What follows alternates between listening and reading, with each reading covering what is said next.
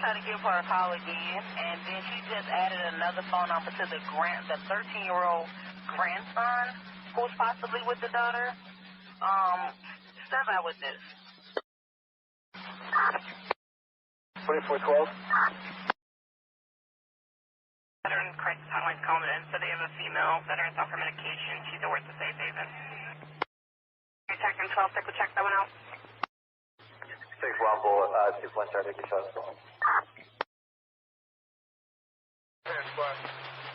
Officer still stands for time? No. Offender in custody?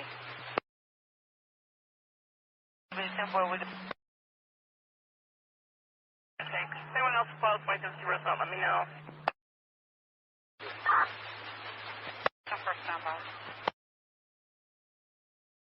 10-4. 6 Rumble, 2 1 star, take your shots. Officer still stands for time? No. Offender in custody?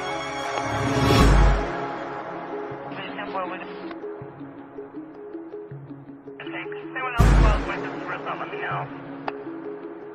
10-5, 33. 3-3.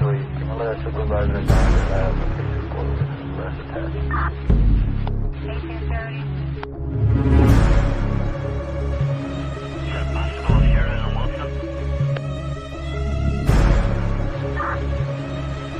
First number. 10-4.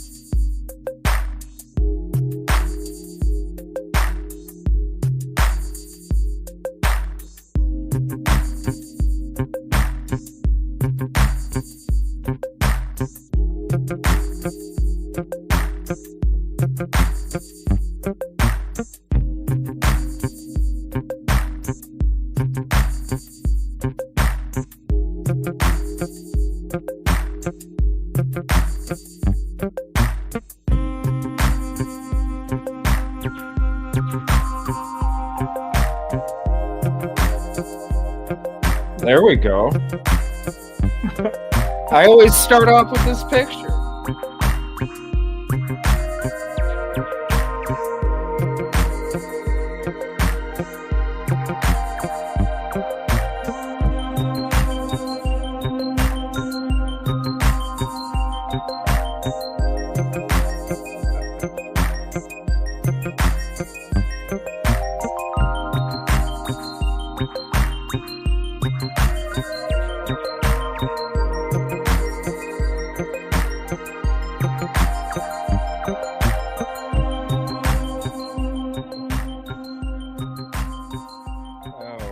Good evening, everybody. I always start off with that picture. These updates with StreamYard ain't working out too great. I tell you, there's so many bugs with it. And let me get me switched over. Thank you all for joining. Appreciate you very much. Got a lot of things to discuss tonight, and I'm going to be dropping some links here real early. Speaking of, I do want to say, here, let me drop this one real quick. We had covered the Peacock original. Haven't done the watch party for it yet, but it is up there for subs, the sneak peek. It is up there for subs. If you have Amazon Prime, you can sub up for free. We're always going to have the sub only over there on Twitch. It's like the membership for YouTube. So if you have Amazon Prime, you can sub up for free. Keep in mind, you have to do it every month on the same date. I don't know why it doesn't reoccur, but just keep that in mind. So if you notice, oh, shoot, yeah, you have to do it every month. But there's the link right there that you can watch that whole episode right there. Now, that'll be coming out to the public tomorrow, and we'll be hanging out. And also, we got the next one coming up for Friday, which is going to be the Prime Video. July 11th, Friday, we will be live for it. Subs will get early access, and then it'll be opened up for everybody. So let me drop the link for that. If you don't have Twitch, trust me, you're going to want to download it, because we can do a lot of shows over there that we can't do over here. There's the link for that. Definitely download it. Get it downloaded. Most people have Amazon Prime. If you have Amazon Prime, you can literally become a member on Twitch, a sub, for free. Like, that's the coolest thing, because Amazon owns Twitch. They own Prime. I'm kind of afraid that, we can do these things beautiful. We did the Dateline episode.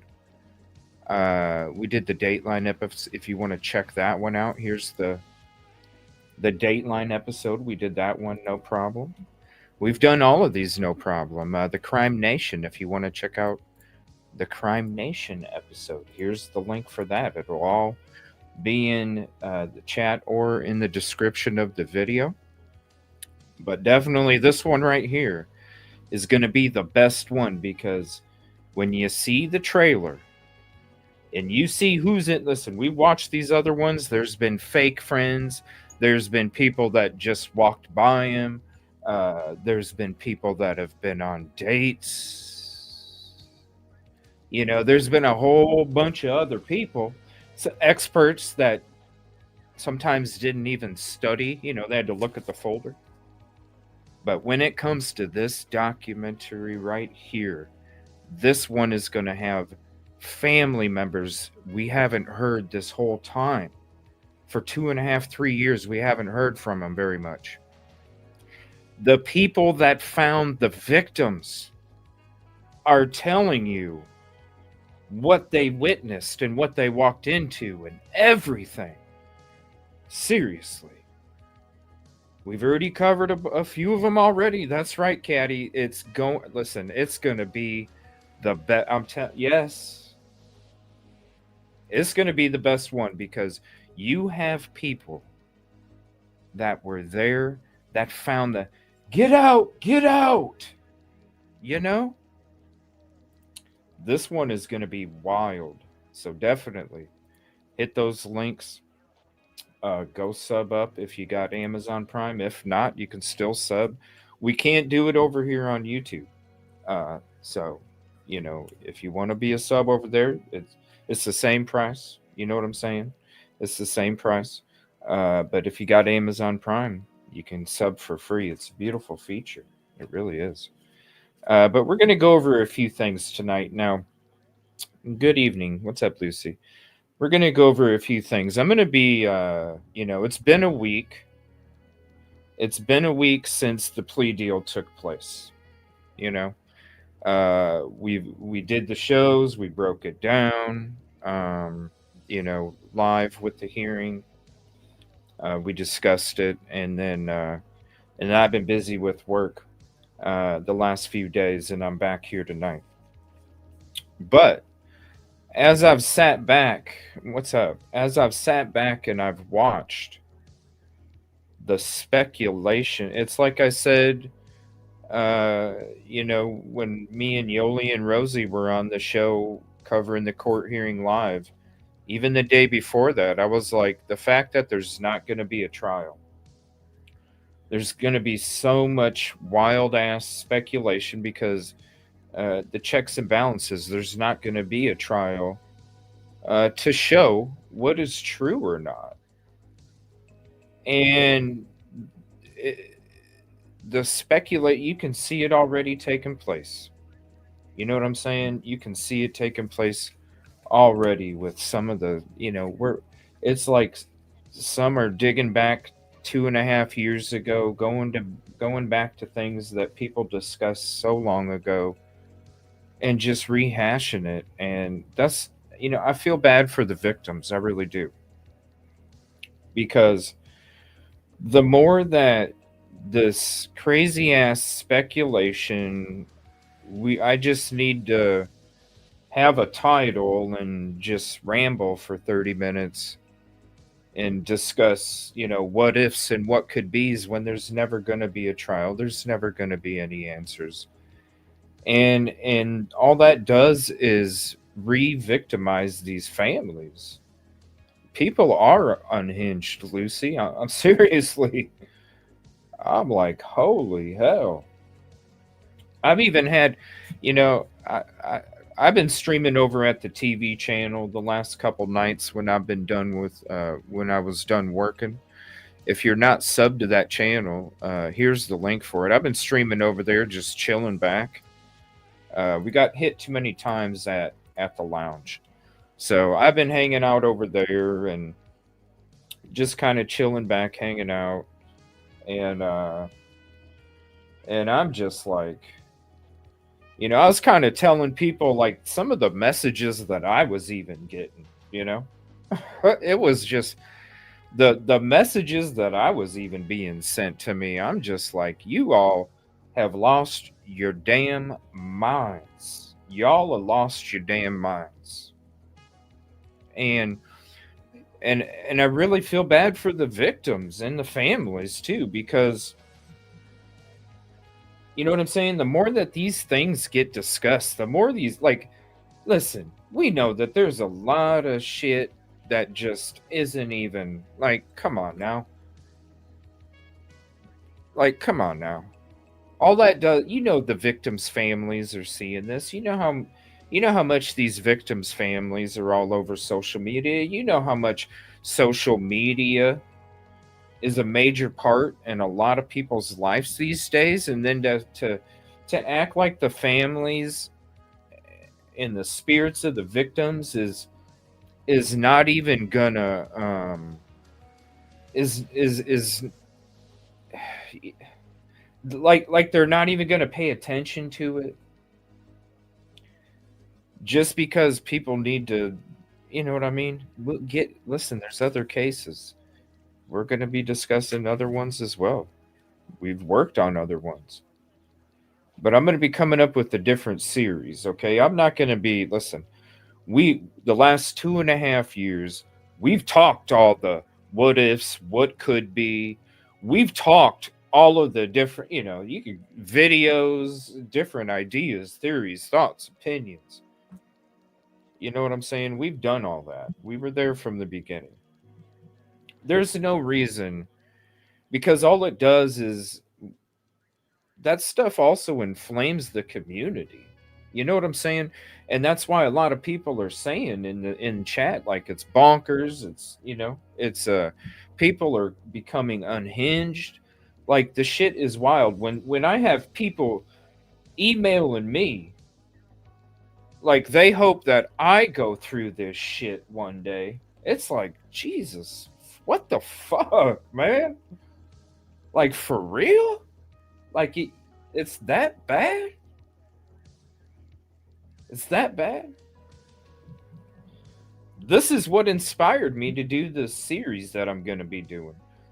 So when we are talking Idaho 4, I'm not going to be talking. Listen, we already talked all the what ifs, the connections between the different people, and the different events. Listen, we've already done it. You know what I'm saying? Type in EvilleCJ and type in the topic, and you'll find the freaking video.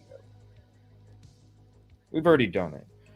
What we haven't done, all right, is we're going to be listening, and this is what I'm calling mainstream media, because mainstream media is a little different nowadays. Okay? You always have the national media, the cable channels. The cable channels that then came to YouTube. You got the professionals once the cable channels started coming to YouTube. Then the professionals started popping up as well, because they were being guests on these platforms, and they started creating their own channels, and it's been a beautiful thing, because that's the best thing about a community, is being able to have voices that have more weight behind it, right? And it's now, some of them, they do play that MSM violin. They do. Jacoff and the Intern Files. There's a few of them.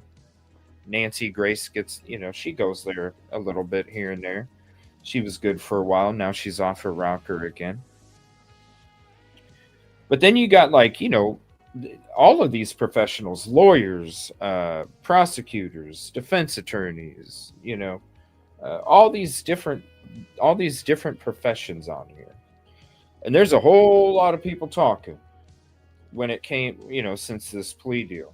Now, when it comes to these other what ifs and what could be's and all that, I don't pay attention to it. I really don't. I laugh at it, because it's just like, wow, like, there's so many other things that you could be discussing when it comes to this case, because all this stuff has been rehashed. I mean, and I know there's some new ones that are coming around, and they're rehashing the same shit. But listen, it's, again, there is no trial. There is no trial. Well, thank you, Keaton. I appreciate the kind words. Okay. But there is no trial. So we're not ever going to know the truth. And when it comes to these papers, yes, there was some new documents that dropped today. It doesn't tell you a whole bunch of nothing. And then when these when this gag order is supposed to be lifted, whenever that'll be. Listen, we're not gonna see anything that is gonna sit there and answer any questions, because this is the whole reason why I put the video out. We said it to you the day that the live hearing took place. We said Bill Thompson said right there that he admits that they did not have a direct link of evidence when it came to BK. That's why Yoli had argued the burglary charge the whole time. Why would they even do this? How are they supposed to prove this? So when Bill Thompson tells you at the plea hearing that they did not have any direct link of Brian Koberger to 1122. That means cast data? Oh, a whole bunch of nothing. Seriously, you know what I'm saying? That's why I made the comment during that live stream. Well, then when it comes to all these guilters that are saying that he's guilty beyond, well, then where did you get your evidence? Because the prosecution didn't even have the frickin' evidence to say the stuff that y'all are saying. The prosecution didn't even have it. That's another reason why somebody doesn't take this plea deal if they're not guilty, because the prosecution didn't even have the damn link, bro. You roll the dice, you have such a great chance of one person saying not guilty because they admit themselves they did not have the direct link. You roll them dice, buddy, because more often than not, I'm telling you right now, you're going to win, especially when you got a good lawyer like Ann Taylor. You roll them for, dude. I would rather roll those dice than go buy a lottery ticket at the gas station. I got better odds of winning with those BK dice than I would getting a freaking Mega Millions. Let's be honest.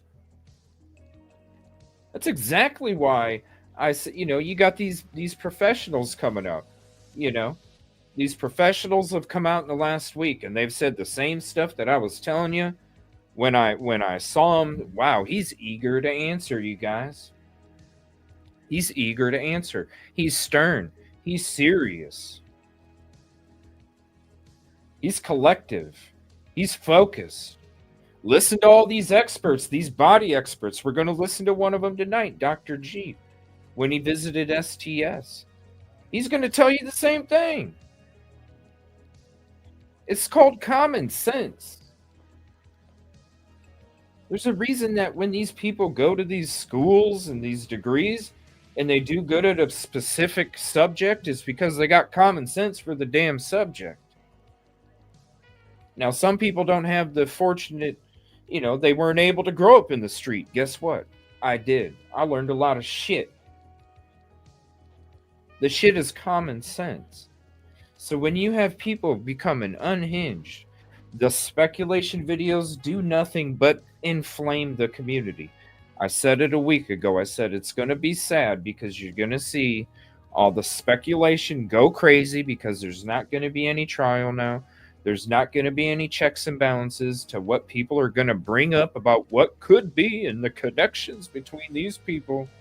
And then it's just going to inflame the community anymore. And you've seen what's taken place. It's done that. It has created such a fence between people. You know what I'm saying?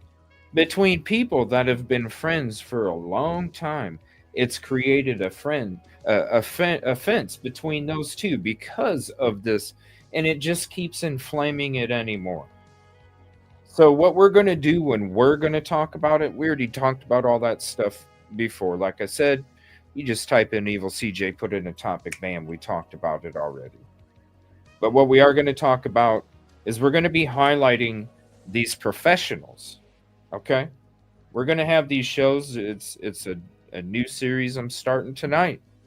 So whenever we talk Idaho 4, we're going to be listening to the experts. We're going to be listening to the professionals. And we're also going to be entertaining some crazy-ass other mainstream media, like your national, your crazy shit. Because at the same time, it's like, yo, we just heard this professional. This is what you're gonna say, Banfield. And when it comes to Banfield, I got a little video that we're gonna check out before we get into Dr. G segment of the show.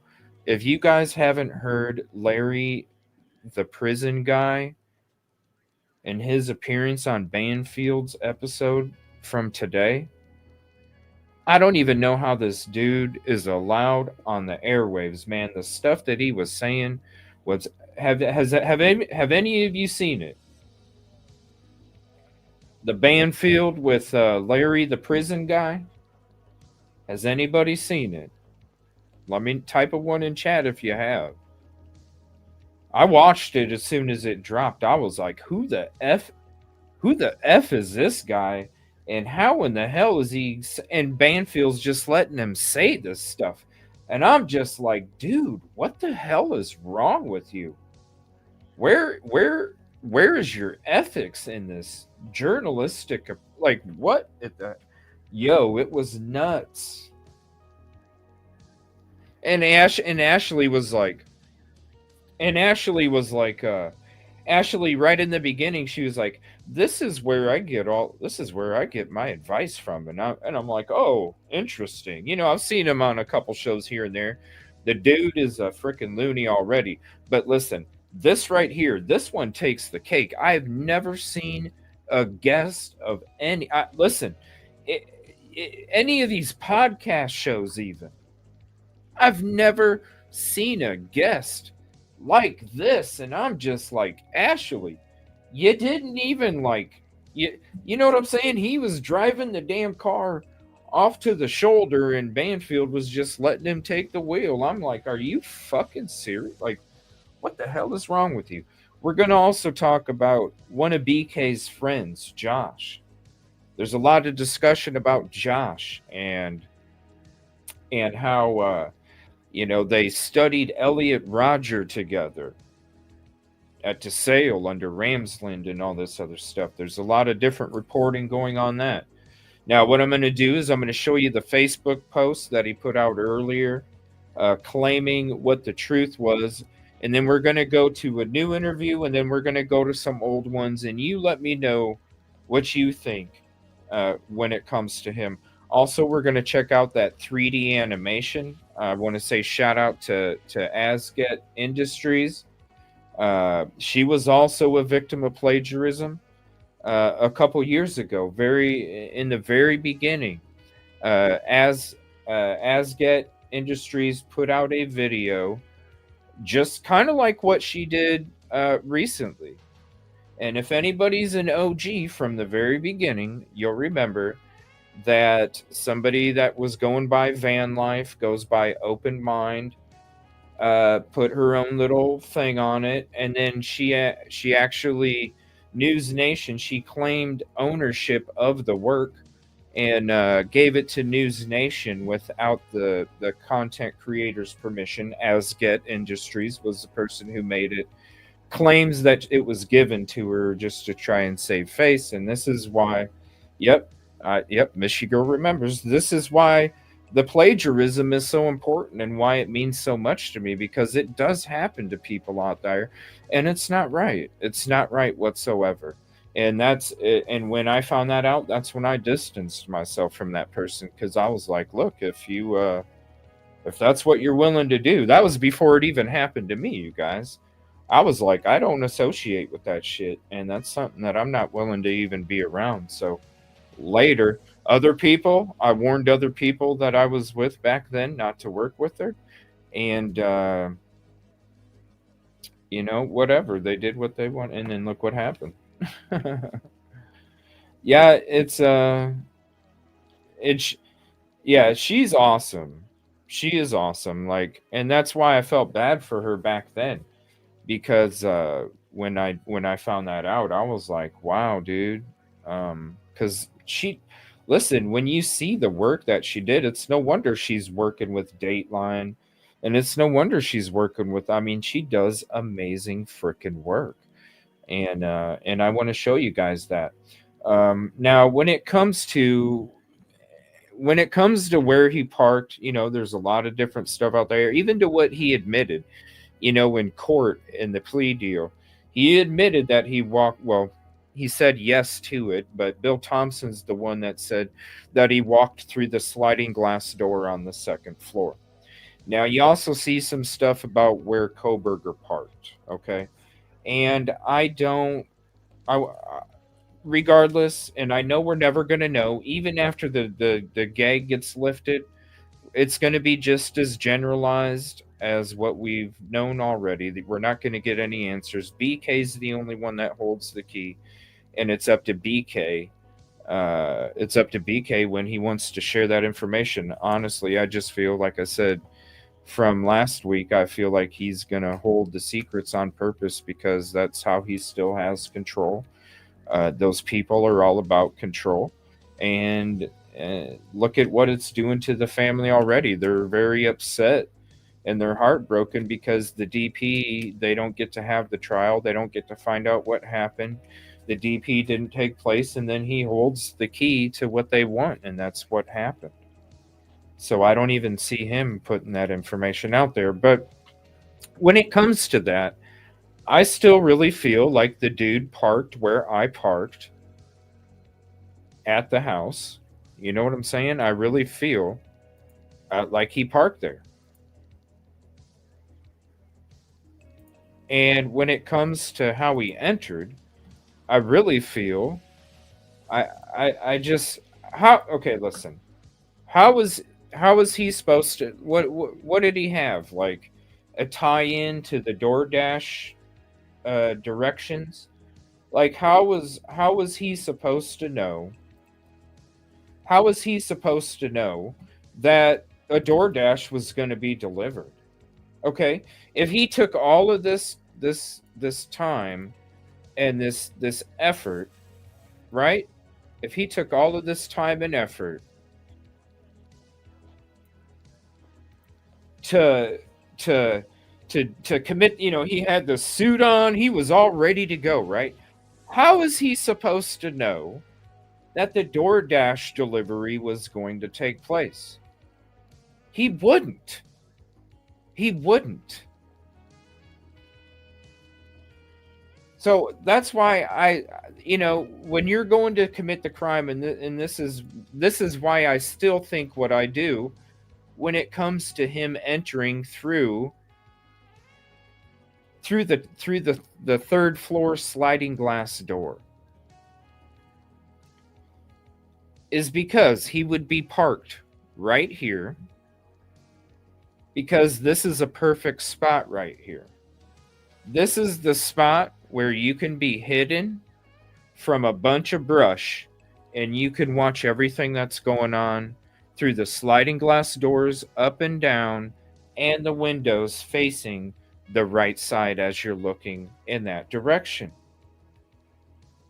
So if somebody's going there to commit the crime, they're not going to think that the back door, see what I'm saying? When I parked right here, I can literally take 2 steps out and I have a clear view of both of the sliding glass doors, and I can see the light that is taking place from that house from where I parked, because you can literally see through the lights, because remember that back area had bulbs that were lit up to illuminate right above the second floor sliding glass door. But you have the lights in the rooms, the light shining through both sliding glass doors. So when you're parked back here, nobody's going to see you. You can literally see who shut their lights off, You're hidden in camouflage. And then if you're dressed in all black, you can literally be 2 steps to the left. Look at how dark it is. You can be hidden at night. Now, the person is not going to show up to the crime scene and go, oh, cool, there's a DoorDash that's going to leave the... no. Somebody that's showing up to the crime scene is not going to automatically think that the second floor sliding glass door is even going to be left unlocked, right? When you show up to do this crime, you automatically have it in your mind that you're going to have to gain access. Now, when you think about how, okay, the door's probably not going to be left unlocked, I don't know. And how do I know for sure a DoorDash driver's coming at the same exact time that I'm going to get out and go commit the crime? You don't. But what you do know is that before this crime, I'm going to have to gain access and entry. Now, what's the easiest and safest way for somebody that wants to gain access and entry without being noticed? Because there's 2 main doors in that house. The two main doors are the door that faces the street, and the other door is the second floor sliding glass door. Those are the two main doors. Now, those are the two doors that get used the most, right? What doesn't get used very often, if at all, very much? That third floor sliding glass door. What door is going to be last noticed that anybody's like, hey guys, I think somebody broke in? The last door that anybody's going to notice is the third floor sliding glass door. When you go back to the PCA and you go back to the witness statements, what did they first hear? They heard somebody playing with a puppy. Where was the puppy located? The same room that had the third floor sliding glass door. I still feel, and based off of what makes sense, based off of not winning the lottery, and based off of what somebody would come across just coming home. Now, when we showed you the pictures back there, we showed you there was even cinder blocks down there next to the grill. That back part, that back right corner, if you're looking from this area right here, the back right corner is the highest elevation when it comes to the dirt because of that road. Remember when I showed you the car, the top of that car is the deck, the railing on the third floor deck is just as high as the top of the car as it's parked right next to the house on that street. Humongous elevation. That ground comes down at a sharp angle, but it's still elevated in the back. You take a couple cinder blocks, hell, if you're over 6 foot, you probably don't even need some cinder blocks because you can literally jump up. And I've always felt that that's how this person gained access. When you listen to the witness statements, they heard a dog first. The dog was in that room. That's the last door that anybody's going to come across and notice. Hell, they might not ever notice because you know what? There was a curtain covering it. And guess what? The curtain's going to cover the damaged door. That could also be a door that somebody forgets to lock the most. Because at the same time, just like the officers that showed up for that noise complaint, hey, there's no stairs on this deck. They're going to sit there and think there is no stairs on this deck. So I might not even have to lock this door very often. And if I forget, I forgot. A lot of parties going on over there. You think every one of them that left that deck out there remembered to lock the door?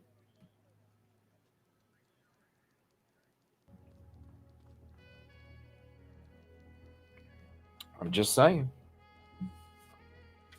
I just don't believe that it was the second floor deck. I don't believe that's how they entered. I really still feel that they parked here, number one.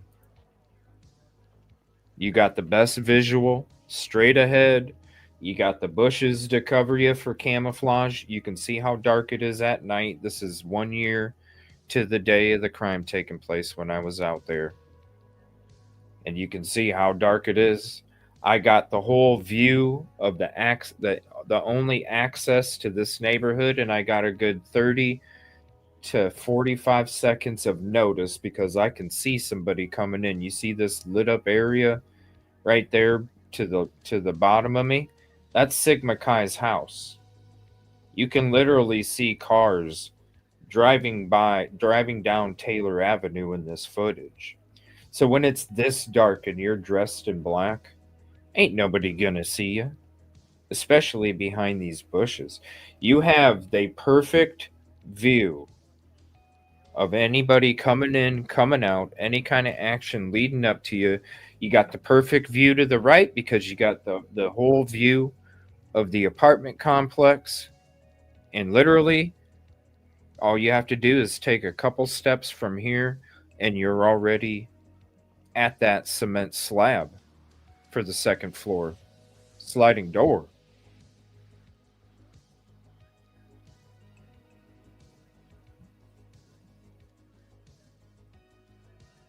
It's scary to think about. This gives that person complete control of the entire situation. Oh, shoot, somebody's coming in. Okay, I'm going to wait 20 seconds. And look at that. Look at how close we were. Couple steps down, cement slab. All right, so I'm going to talk about this Josh guy. All right. Let me see here. The former friend. So let me share this with you real quick. Now, this is a post that he came out with earlier. Oh, where'd it go?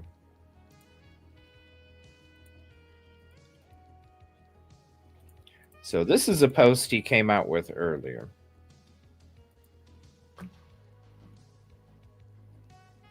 Ran into Papa.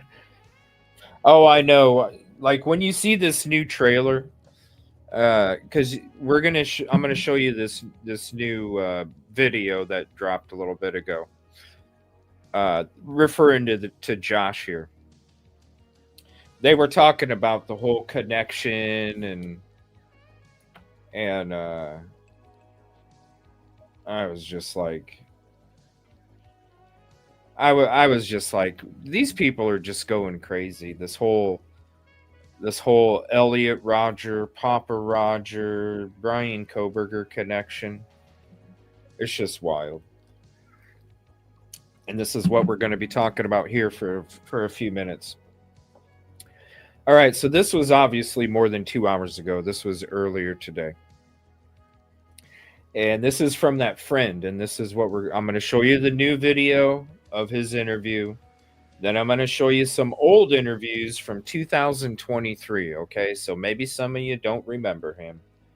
But I'm going to show you some videos from 2023 when he was interviewed, and let me know what you think, okay? So he says, and this is from today, earlier today, I'm posting this here to make people aware. I've been misquoted by media. I never once said that I had any class besides biology with Brian. There are media outlets saying that I said we studied Elliot Roger together in class. False. I made it explicitly clear that I don't remember him in any other class, definitely, and that I will not commit to saying we had any class but bio together because I truly do not remember. I said that we as a collective student body in criminal justice studied Elliot Roger in Dr. Ramsland's class. It's been years, I can't remember many people who were in my classes, let alone him. Get it right or don't write it. Now, this is my question about this. Does Dr. Catherine Ramsland really teach Elliot Roger? Because I don't know if he's necessarily considered an SK, right? But I don't know for sure. That's number one that caught. It was like, okay, that sounds kind of weird because I get BTK, you know what I'm saying? I get Bundy, I get, I get all of these different SKs. But with Elliot Roger, I don't think of him as an SK. I don't know. I could be wrong. So I was like, okay, why would she be teaching that? But anyway, this is what you have to make, this is what you have to remember. The media outlets are saying that I said we studied Elliot Roger together in class. False. I made it explicitly clear that I don't remember him in any other class, definitely, and that I will not commit to saying we had any class.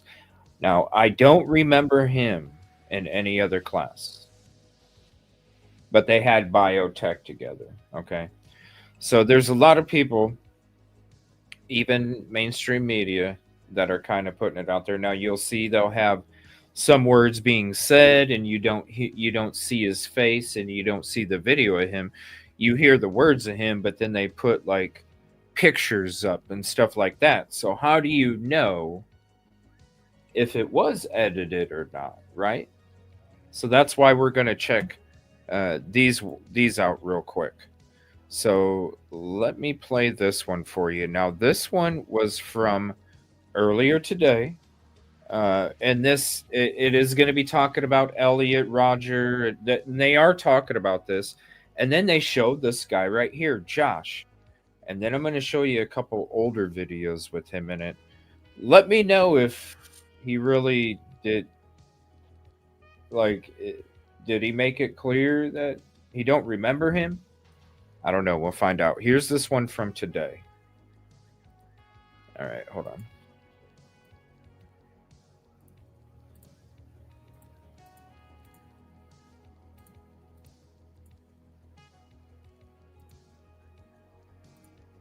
Brian Kohberger's brutal murder of 4 college roommates inspired by this monster. I will slaughter every single spoiled, stuck-up, blonde slut. Elliot Roger murdered 6 University of California, Santa Barbara students in 2014 with his arsenal of knives, pistols, and his car as a weapon. 22-year-old Roger was an incel, an involuntary celibate, and is seen as an icon by other incels. You never showed me any mercy, and so I will show you none. The chilling incel connection is explored in a new documentary series, One Night in Idaho, premiering on Prime Friday. Brian Kohberger certainly... By the way, again, I'll drop the link. We are going to be doing that live. And here's the link. This is the link to the Peacock episode that we just did. Hold on one second. Where did I have it somewhere.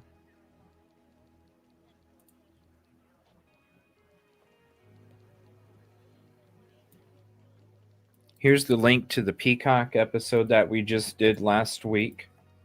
Follow. Sub up. If you got Amazon Prime, you can sub for free over there on Twitch. Make sure you download Twitch.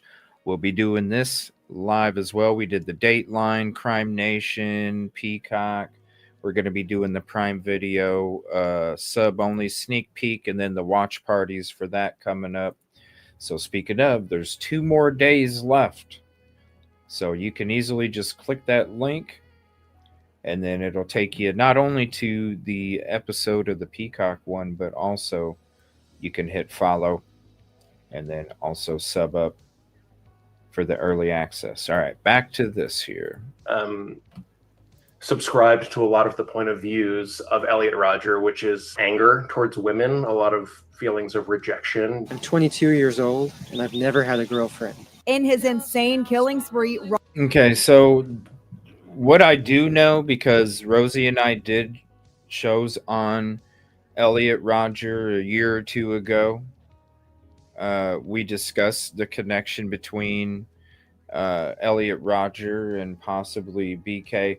Now, when you go through any of the writings and any of the stuff that was put out there, I don't know.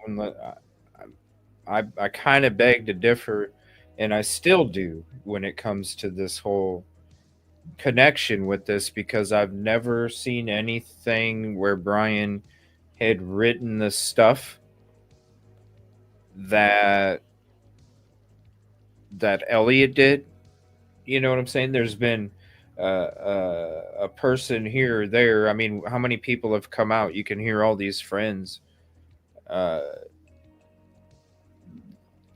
2 years ago talking about it. You don't know what. So there 2 people out of how many are like, oh yeah, he did. Does that compare to what Elliot Roger did with his manifesto and all these other things and the videos that he was doing? I've never seen any videos from Kohberger doing that. I've never seen any journals. I've never seen any manifestos. I've never seen any of that. So I don't know. I don't know what they're talking about. Roger targeted women from the Alpha Phi sorority. The whiskey in your soda. Kaylee Gonsalves, one of Kohberger's victims, was also a member of Alpha Phi. And Kohberger could have seen TikTok videos she and her vivacious, fun-loving roommates posted. There's also this strange connection to Elliot Rodger. Kohberger reportedly adopted the username Papa Roger to infiltrate online citizen sleuth forums. So you're telling, okay. You see what I'm saying? This shit gets wild. This is going to be the other part of the mainstream media. We're going to be listening to professionals and experts, not this other crazy ass shit that we talked about a long time ago. But when it comes to this, like, we got to show this shit too, because it's part of that mainstream media. Ain't that crazy? They got the connection.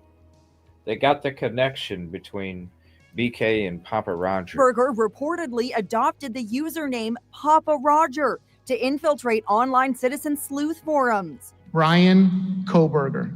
Kohberger studied Again, look, send it to me, EvilleCJ@gmail.com. I've, even though the dude admitted it, and I'm saying people that don't take that plea if they're not guilty, like, really, anyway, I don't see the connection. I never have. I've never seen the writings and the journals and the videos and any of that stuff. I've never seen it. Rogers' rampage for his criminology course at DeSales University in There's no way. Pennsylvania, where he was a star student of forensic psychology professor Catherine Ramsland, an expert on serial killers. What's up, Eddie? I have to look at the framework of what I taught and wonder, did I inspire him in some way? Former classmate Josh Ferraro. Okay, so this is the guy that I showed you that just put out that post like, look, they misrepresented me. Like I said, we're going to play this. You can see how they edited it. All of a sudden, they'll cut to pictures and they'll have a clip of a voice. We don't know if it's edited. We do know if it's edited if they show him talking and then we can see a quick clip or something. Voice, you can't tell. But we're going to go back to some of the old interviews from 2 years ago and see what he says back then. Says he fit the profile of an incel. Did you ever see him talk to women? The only thing that stands out to me particularly is that he didn't talk to a single one. He was the kind of kid that came to class. See how they did that little edit right there? So we don't know exactly what he's answering to on this question because it's obviously a different question. He was the kind of kid that came to class. He answered questions. I never saw him talk to anybody. The new documentary also explores how some citizen sleuths falsely accused other people of the slayings before Kohberger was arrested. The falsely accused included David Barry Ochoa, a friend of the slain students. One troll post. Yeah, Papa Roger came out and he was the one that talked about the sheath. There's a lot of people that want to claim that Papa Roger's the one that gave out, predicted the sheath or whatever.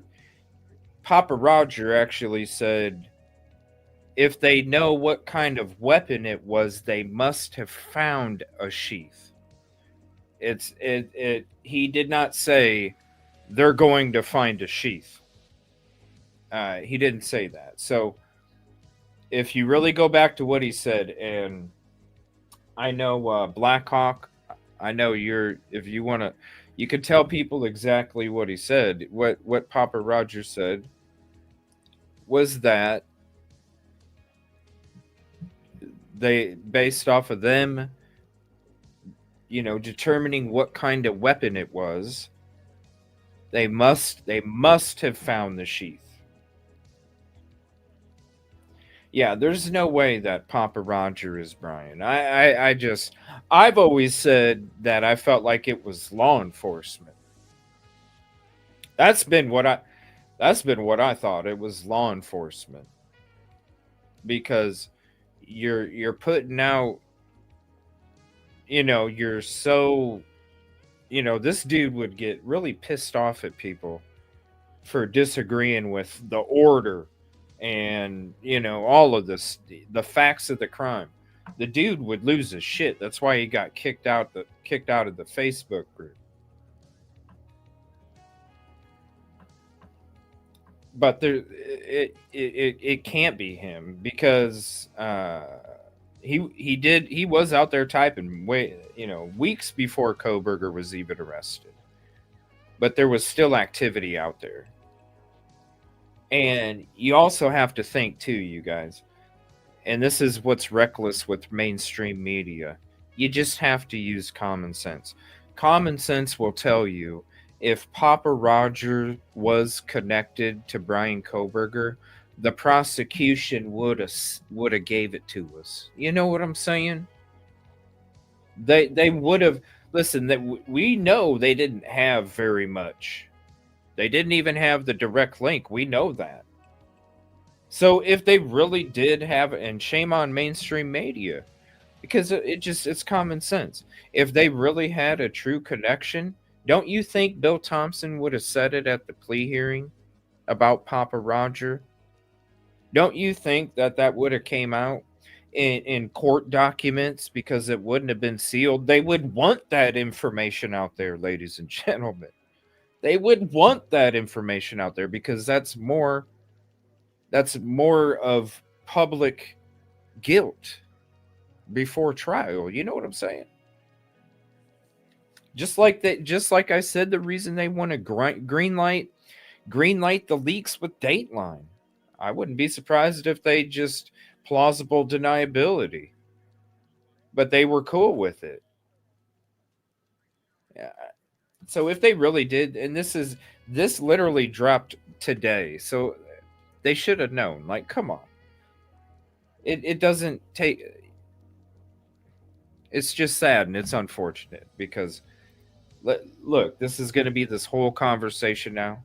Now this guy's going to be tied into it. You hear the conversations going on with the Facebook post that I showed you.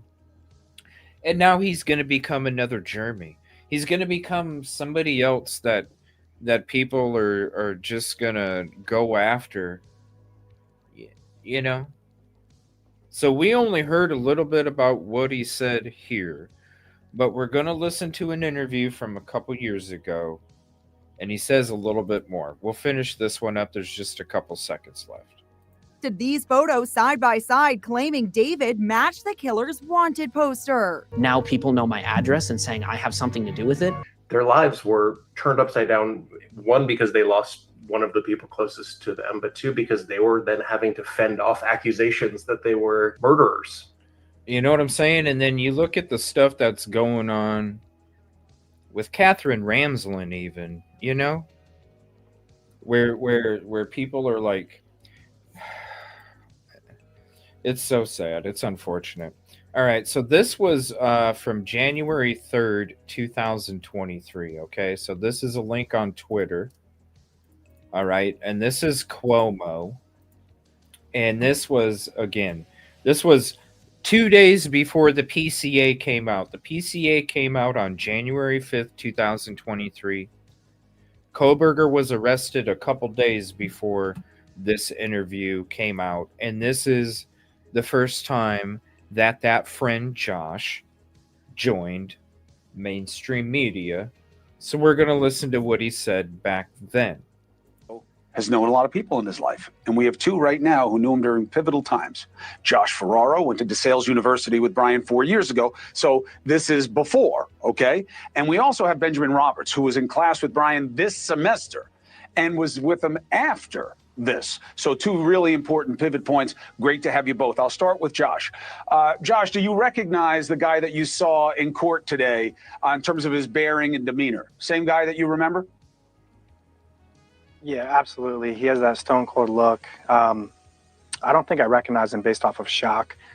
I went into complete and utter shock because I recognized the name and I couldn't put a face to the name, even with that news release. And then when I did, I was just completely taken back, and it took a few days for me to settle down. You say that the Brian you knew was a friendly, average Joe type. and that this guy looks like a cold-blooded killer. Just that blank, dead stare in his eyes. Whoops, sorry. I thought it was still going to be showing. Let me rewind that so you can hear Cuomo's question. Brian, you knew, was a friendly, average Joe type, and that this guy looks like a cold-blooded killer to you. How so? Just that blank, dead stare in his eyes. When we worked on, projects at school together, he was friendly, he was engaged, and he did his best to help out the group in our project. So basically, on an intellectual level, fantastic. I never got to know him on a very, very personal level, but intellectually, fine. The way he spoke, the way he carried himself, the way he was in interactions with other people in the classroom or on the way out, anything you remember that you think is of interest? Yeah, I would just say that he was your average Joe passing by, coming to class and leaving. I don't think there was anything substantial or special or eye-catching about him. Now that all this is out there, obviously there is, but, I think that he was just, at the time that I knew him, a normal student, to my knowledge, because I had not known anything prior to what's been released. And as more is coming out, and it looks like they got their guy. Well, who knows? We got a long way to go because. Okay, so I'm just showing you the Josh episode. Let me see here.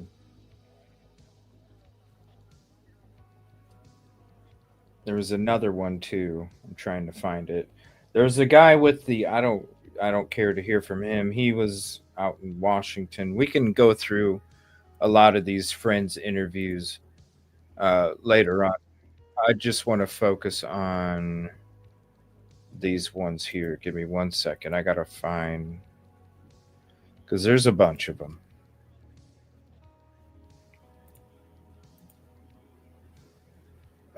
Not that one.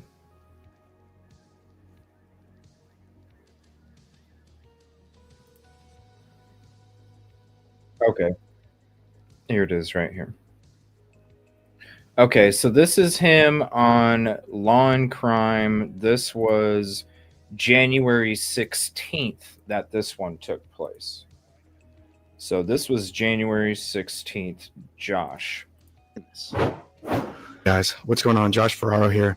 I went to college with Brian Koberger. I've been looking at his picture all day. I've been saying the name all day in my head. And I was like, I know this guy. I know this guy. And then he went to DeSales University. I'm like, I know I had a class with him. I know it. The name sounds so familiar. And he looked very familiar, but I couldn't put a point on it. And he lost so much weight. When I knew him, he was a pudgy guy. He was really friendly. He led my biology project at DeSales University. And he was a pretty smart guy. And he was interested in criminal justice. And I remember having classes with him. And for this guy to do that is beyond me. I mean, he was a really nice guy. And he does not look like that nice guy anymore. I mean, the guy that I'm seeing on the news looks like a cold-blooded killer. The guy that I went to college with, that dude was nice. He was a nice guy. We studied criminal justice together. He was a really nice guy. And I'm devastated and heartbroken that I knew this guy and that he did this. I'm devastated for those families. I never thought that it would be someone close to home from the Lehigh Valley at DeSales University. And here is the biology project and from 2018. We were studying Daphnia. So, I mean, he's right. He's talking about biology. There's the and from 2018.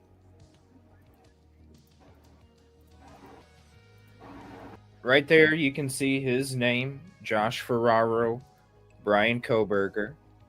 So he's not lying. And there's probably a reason why you see these friends on here and not the other ones that claim to be friends.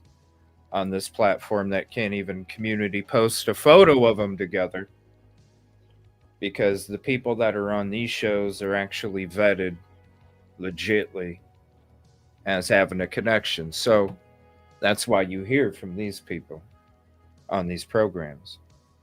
It shows you right there. And then all of the different things. Now, he's talking biology. They're not talking Elliot. We were studying Daphnia. And there he is. And he led this project. See? 11, 16, 18.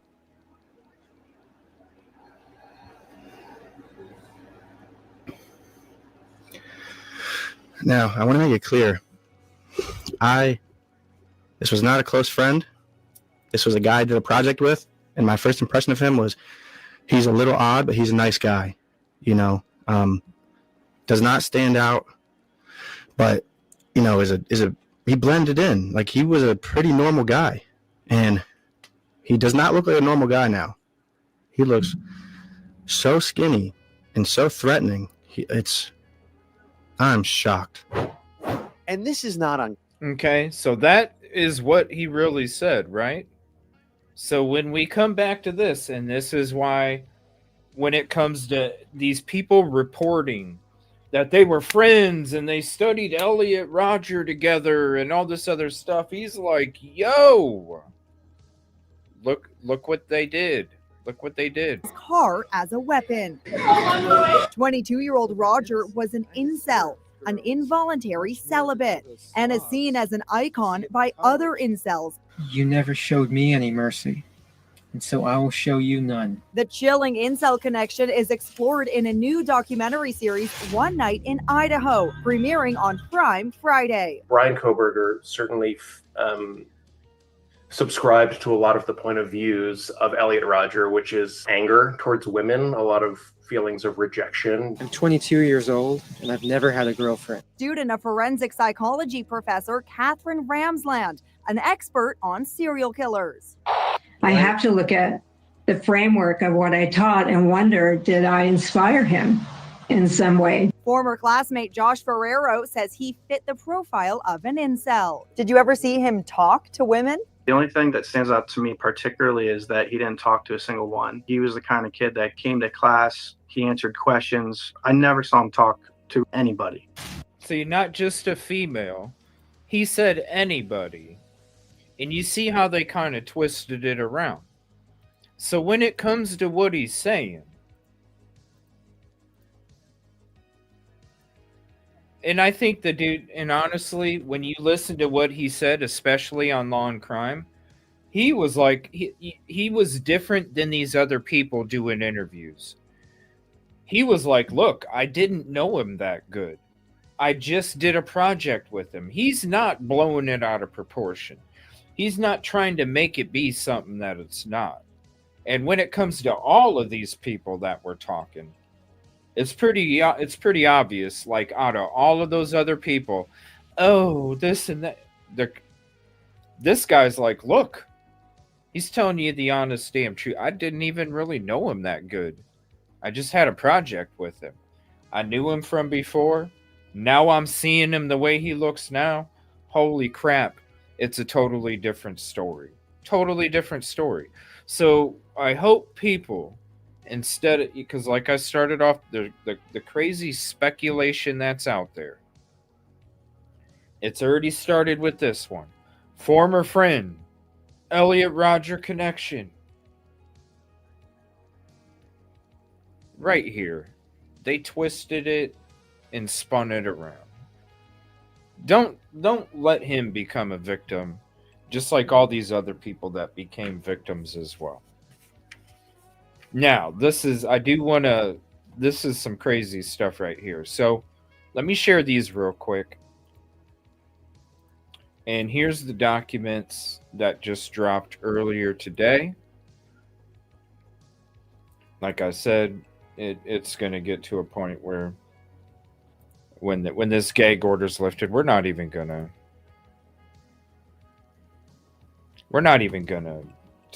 nothing's gonna come out that's gonna be any like, oh my god, it's nothing. Nothing will be answered, period. We'll get into all those other friends interviews in the future here. But this is what I want to share with you guys. I'm gonna play it at 1.25 speed. Okay, we're gonna get through this now. This is prison guy, Larry the prison guy, okay? And you guys got to hear this wild stuff that I was talking about, all right? So if you haven't watched this yet, let me throw this up there real quick. There we go. Let me throw this up there real quick. Here's the link to this episode. Whoops. Hold on one second.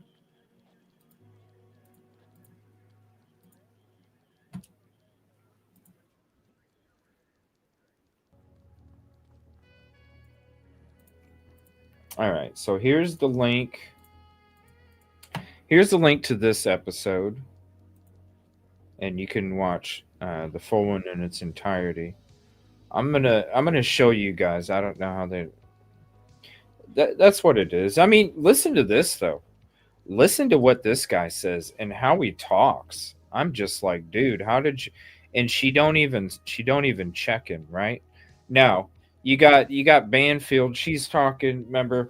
Oh my gosh! To think like he could have been watching my shows and stalking me with his eyes and all this other stuff. And I'm sitting there going, man, it sounds like you have a fetish with BK. Actually, now check this out. You want to talk about who has a fetish on who? I just can't get Brian Koberger out of my mind.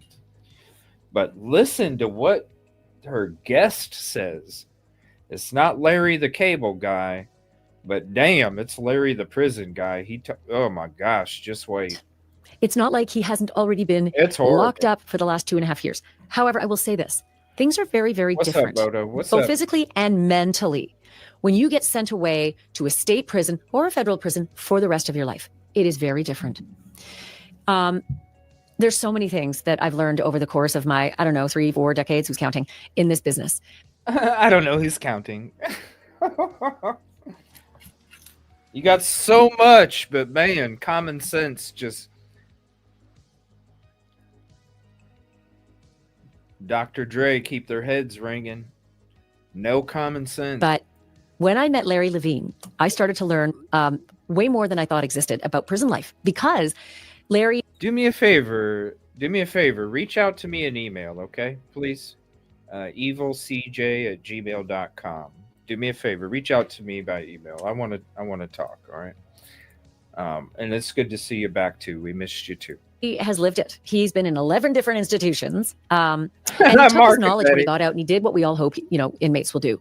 Make something of your life, right? He did. He made something of his life. And he runs a business now where he trains people who are going to prison.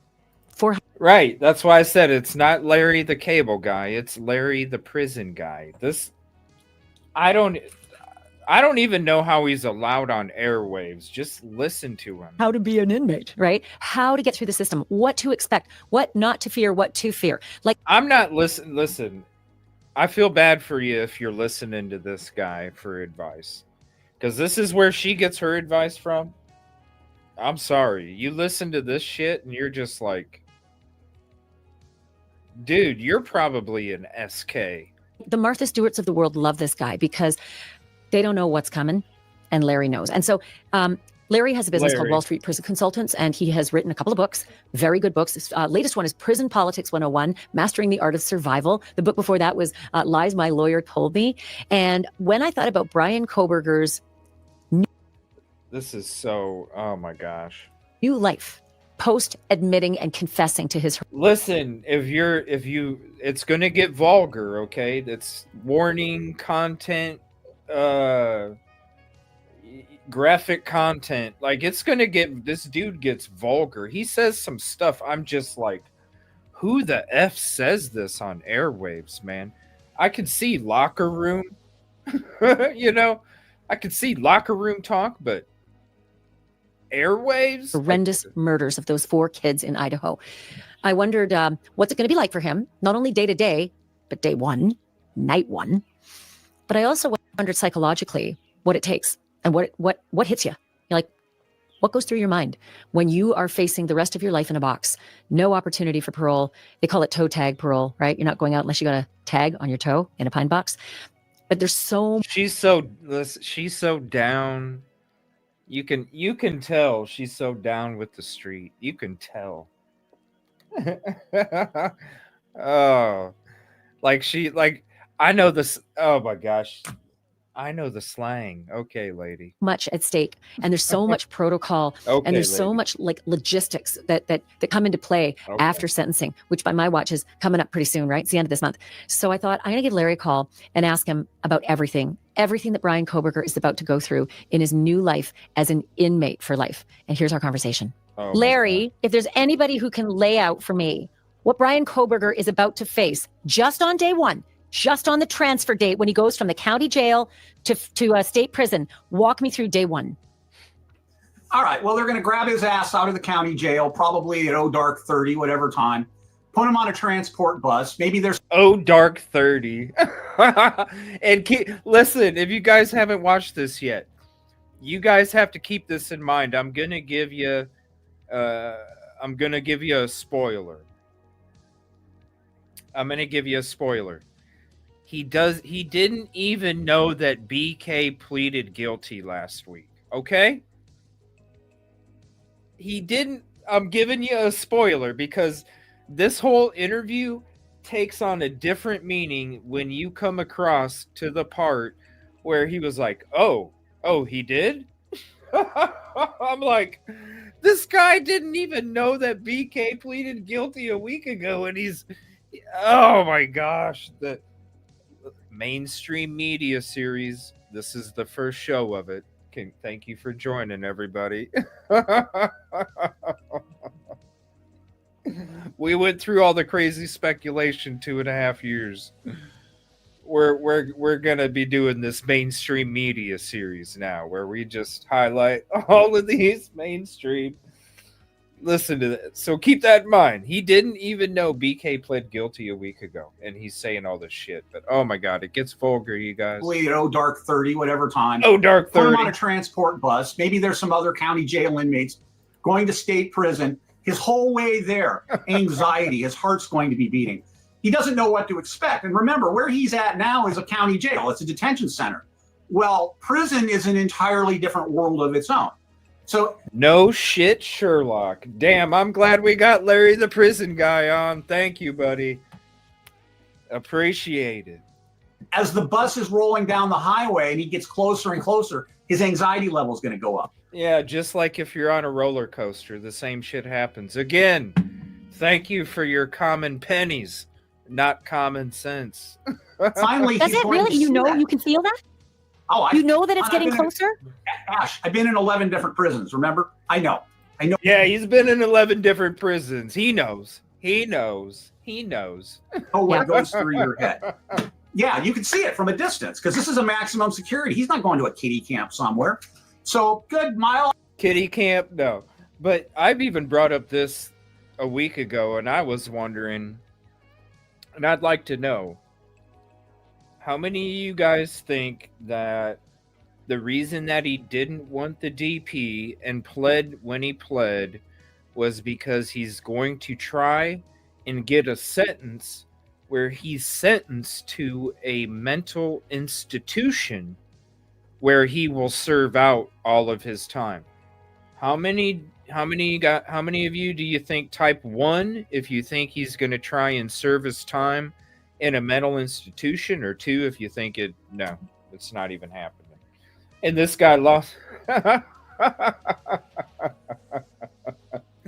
Right? It's a movie title. Yeah, like Captain Crunch. Yeah, Back to the Future. Yeah, he's talking movie titles. Yeah, but I think he's going to try and use that to... This is what I'm saying. The mental evaluations. He didn't want the prosecution to be able to do their own mental evaluation, right? So don't you think, like if the defense is going to come and say, "Hey, look, he's mentally not there." Like, look at what we were trying to bring up in these court hearings before, Judge. He's got these mental health illnesses. I wouldn't be surprised. The prosecution doesn't know. The prosecution don't know what he should be,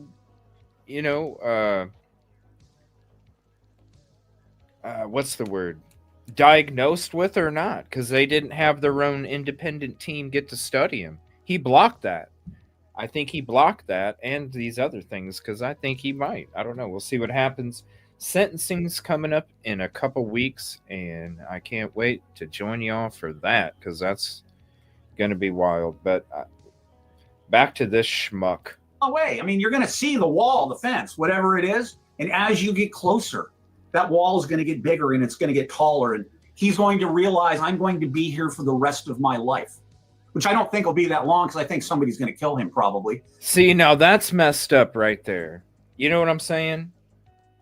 And you'll start to, and this is why I said it gets a little vulgar. Dude, who in the F are you to, I mean, I get if a family member's saying it, but who in the F are you to be sitting there wishing this upon another individual, man? Oh, I think he's going to get killed in a year. What, dude? Damn.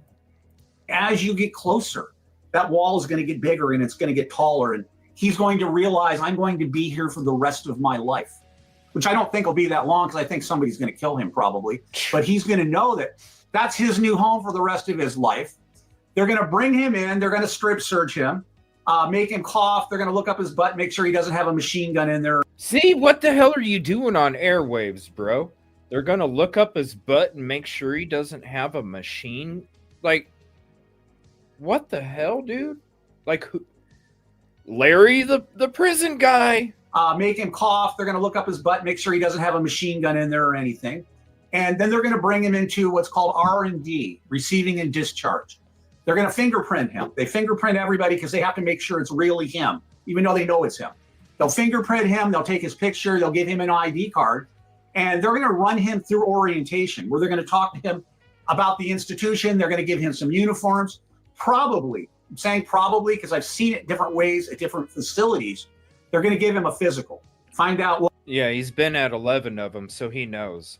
But now he's telling you probably, I think every one of them get a physical as soon as they enter because they have to document whatever they have or what exists as they got there. I mean, it's called protocol, dude.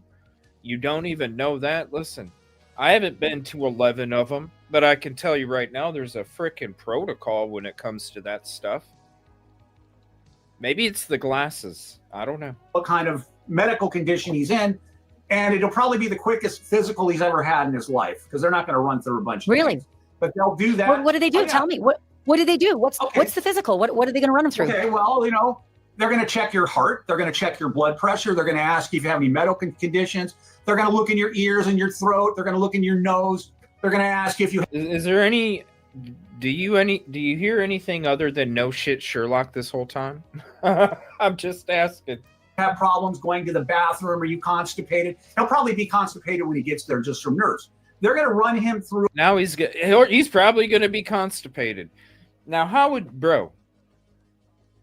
What, do you like babysit people that are just showing up to jail and you're like, do you feel constipated?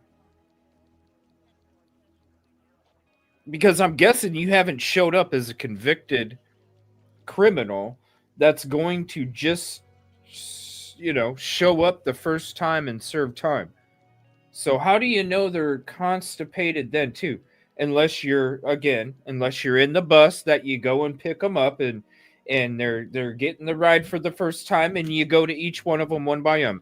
Are you constipated on your ride here as we're going to serve your time?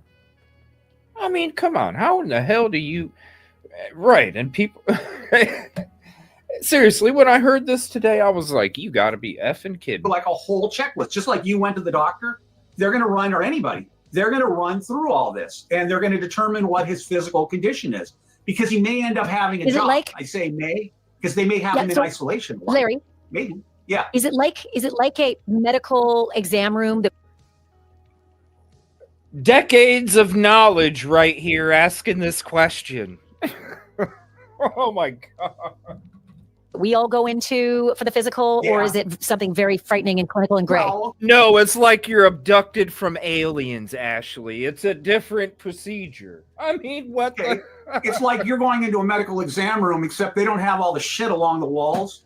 They've got a door that locks, and there's a place for a cop to sit there with the nurse or whoever. It's like a sparse room, but it has an examination table on it. Yeah, it's 1.25 speed.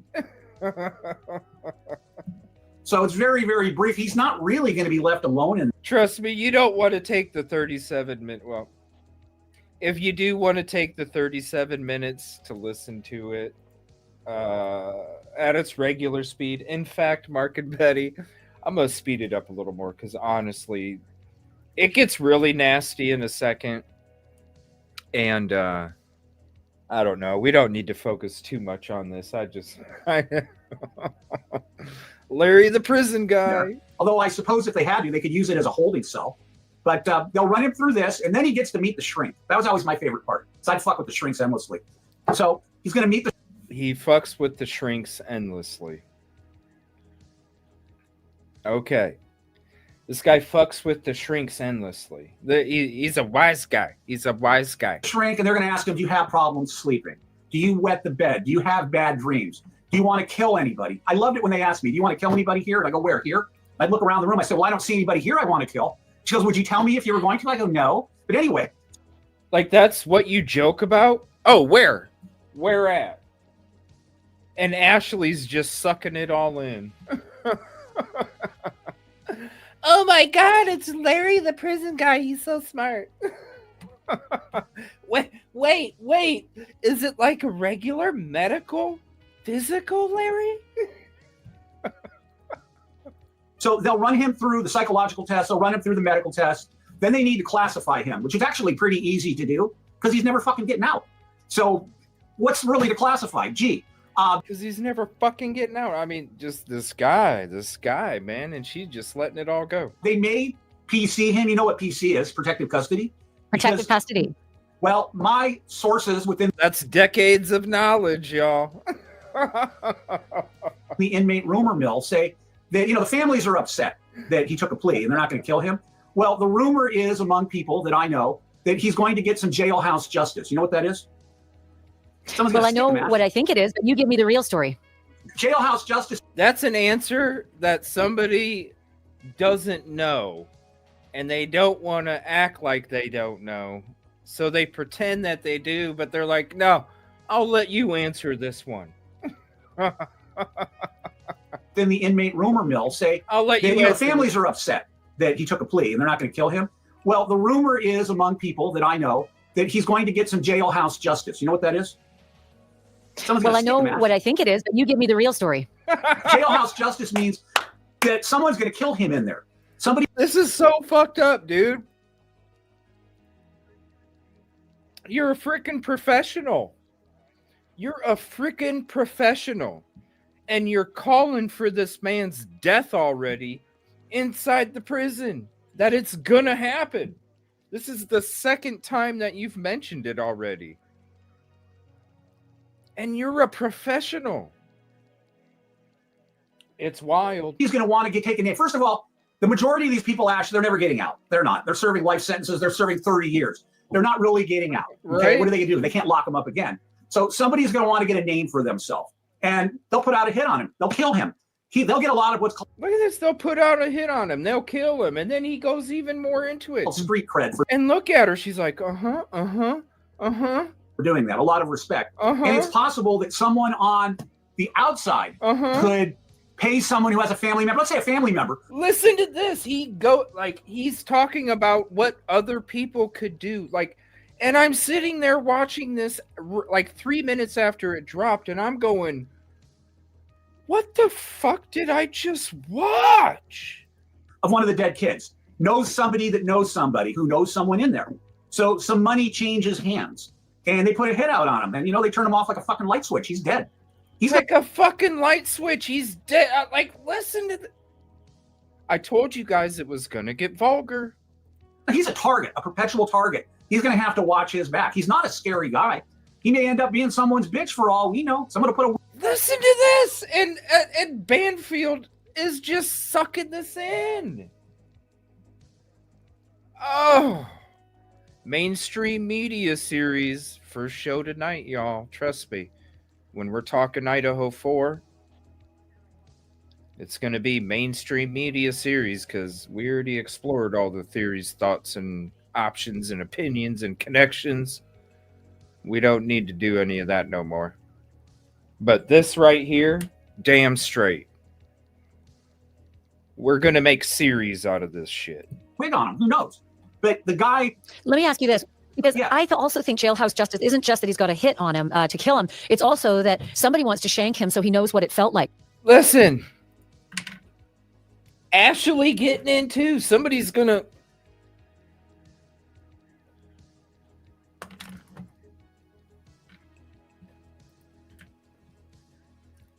I told you guys this shit's wild tonight. I got so much more. I got like a bunch prepped already for this mainstream media series. Oh, this is just topping it off, popping it off, baby. Just wait. This is crazy. What he did to the kids. Could be. Remember that these people in there, none of them, well, I shouldn't say none of them, a great deal of them are not mentally stable anyway. So that's highly possible. Maybe somebody will shiv him or something. That is part of jailhouse justice. I've seen people get stuck before. I've been in 3 different prison riots. So I've seen... Jeez. He's an... I'm going to let it play. But I predict within a year or less that he's either going to be dead or he's going to be physically injured in some way. A year or less. Listen, you guys just heard all of this. Dude, this is wild. This is wild. Then like I said, I can understand the family saying this, but somebody who's supposed to be a professional, what the hell is wrong with you, man? Or less. That he's either going to be dead or he's going to be physically injured in some way. Then they'll transport him, take him to a real hospital, and they'll let him stay there and get well and all this bullshit. Finally, they'll move him back over to the prison, back to Boise, and he'll be in protective custody for the rest of his life because they won't be able to put him in general population. They're going to consider that like a threat to the institution itself. I mean, it is what it is. So, I sent him in my book. I wonder, hold on. To help him let me ask you. Oh, damn, he said, hold on. He told Ashley, hold on. Oh, look at this. He's like, this is my interview, motherfucker. Threat to the institution itself. I mean, it is what it is. I sent him in my book. I wonder. Hold on. Let me ask you, Prison Politics 101. Let me ask you this, Larry. And by the way, everybody, Prison Politics 101 is just one. I already mentioned this in the intro, but it's one of Larry's books. He has another one, Lies My Lawyer Told Me. He's got a whole array, all great reading from somebody who's lived it, walked in the shoes. But Larry, Here's all my notes for tonight, everybody. Here's all my notes for tonight, everybody. There you go, okay? Hold on. Here's all my notes. There's my notes for tonight. Thought if he were on death row, he would effectively be sort of in PC. Well, he's not on death row. So what kind of PC would he be in, considering he's so high profile, but he is a lifer? He's a lifer. So they're not going to put him on death row, but they have, even within a maximum security facility, death row sits by itself because those people have limited contact with people. They're not going out to the yard or anything. I mean, there's a possibility that Kohlberger can go out to the yard with a bunch of other lifers, a bunch of other people serving 40 years. But putting him in PC means that he's going to be living in a cell. Essentially, imagine living in your bathroom for the rest of your life, and you're only getting out a few hours a day or a few hours a week, and you're going nuts. And you're living, I don't know if they have TVs in there or not, but the only solace you have is maybe your knockoff Sony Walkman radio or something. He's reading my book, whatever, getting magazines, newspapers. So he's going to have a hectic life. I mean, he'll also get, and I talked to you about this at one point on one of the episodes on News Nation. He's going to get groupies. He's going to get all. Remember how Charlie Manson? Again, other than the direct energy of Manifest Destiny and BK's killing in prison, Has this guy given you anything more than no shit Sherlock? Seriously. It's no shit Sherlock ice cream with sprinkle of Manifest Destiny BK killing. I mean, that's all it is. Hanson had all these women. The Menendez brothers. And the syrup tastes like ass too, right? Oh, can you imagine the syrup on his ice cream? Yuck. Yeah, he already had them in the Moscow lockup. There was already this group of crazy. And listen, they're still there. They think that somebody else did it. They think he's innocent. Yeah, well, could be, but what do I know? But the point is, no, not gonna be. See, he could be. What do I know? No, he pleaded guilty. Oh, okay. Remember, I told you guys at the very beginning, this dude didn't even know that BK pleaded guilty. What the hell? Listen, you can hear it again. All these women. The Menendez he already brothers, has them. Yeah, he already had them in the Moscow lockup. There was already this group of crazy. And listen, they're still there. They think that somebody else did it. They think he's innocent.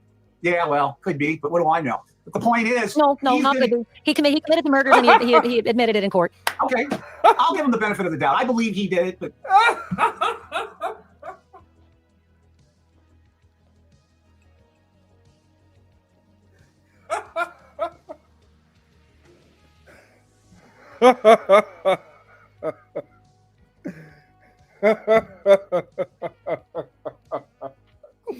No, Caddy.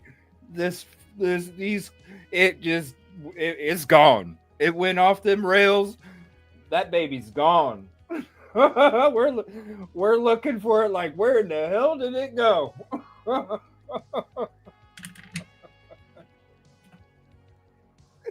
It's like a balloon up in the sky. You're like, okay, I lost it about 30 seconds ago.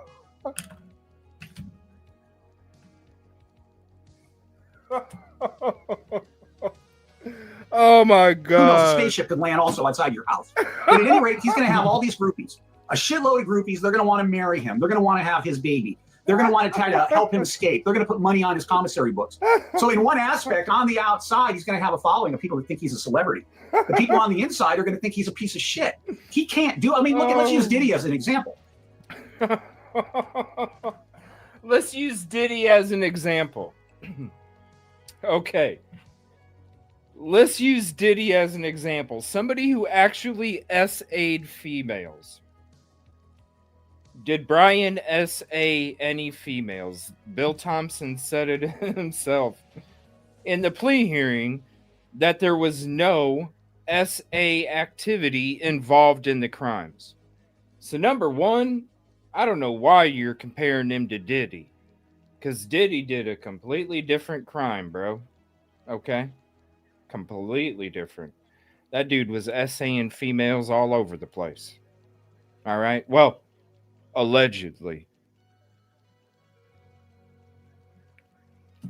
But dude, this dude done lost it. I don't know. Maybe she was wanting this to go to News Nation. I don't know. This shit's crazy. We're only a third of the way in. This guy don't know shit. Diddy has money. He has influence. He can help people out on the inside. He's making friends. I'm sure of it. I'm going to tell you right now, I could see BK go, maybe not in Idaho, but at the same time, just because it's Idaho doesn't mean that the people that are in there are from Idaho.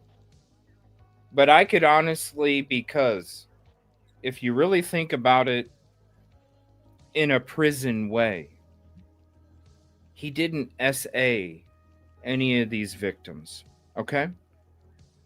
Now, he committed murder, but he did not SA. The fact that he committed the crime and didn't commit SA actually elevates you in prison rep. Okay? So when it comes to what this dude is talking about, he obviously don't know shit. I can literally see BK becoming some sort of figure that people admire in prison. Because he was able to get away with the crime, because he was able to even have the prosecution admit themselves that they did not have a direct link. Now people are going to look at him and go, damn, dude, you're stupid as F for taking a plea deal. But damn, bro, you're smart as hell. Because you know how many other people committed the same kind of crime that Brian Kohberger committed, where he's going to be going? A very good percentage.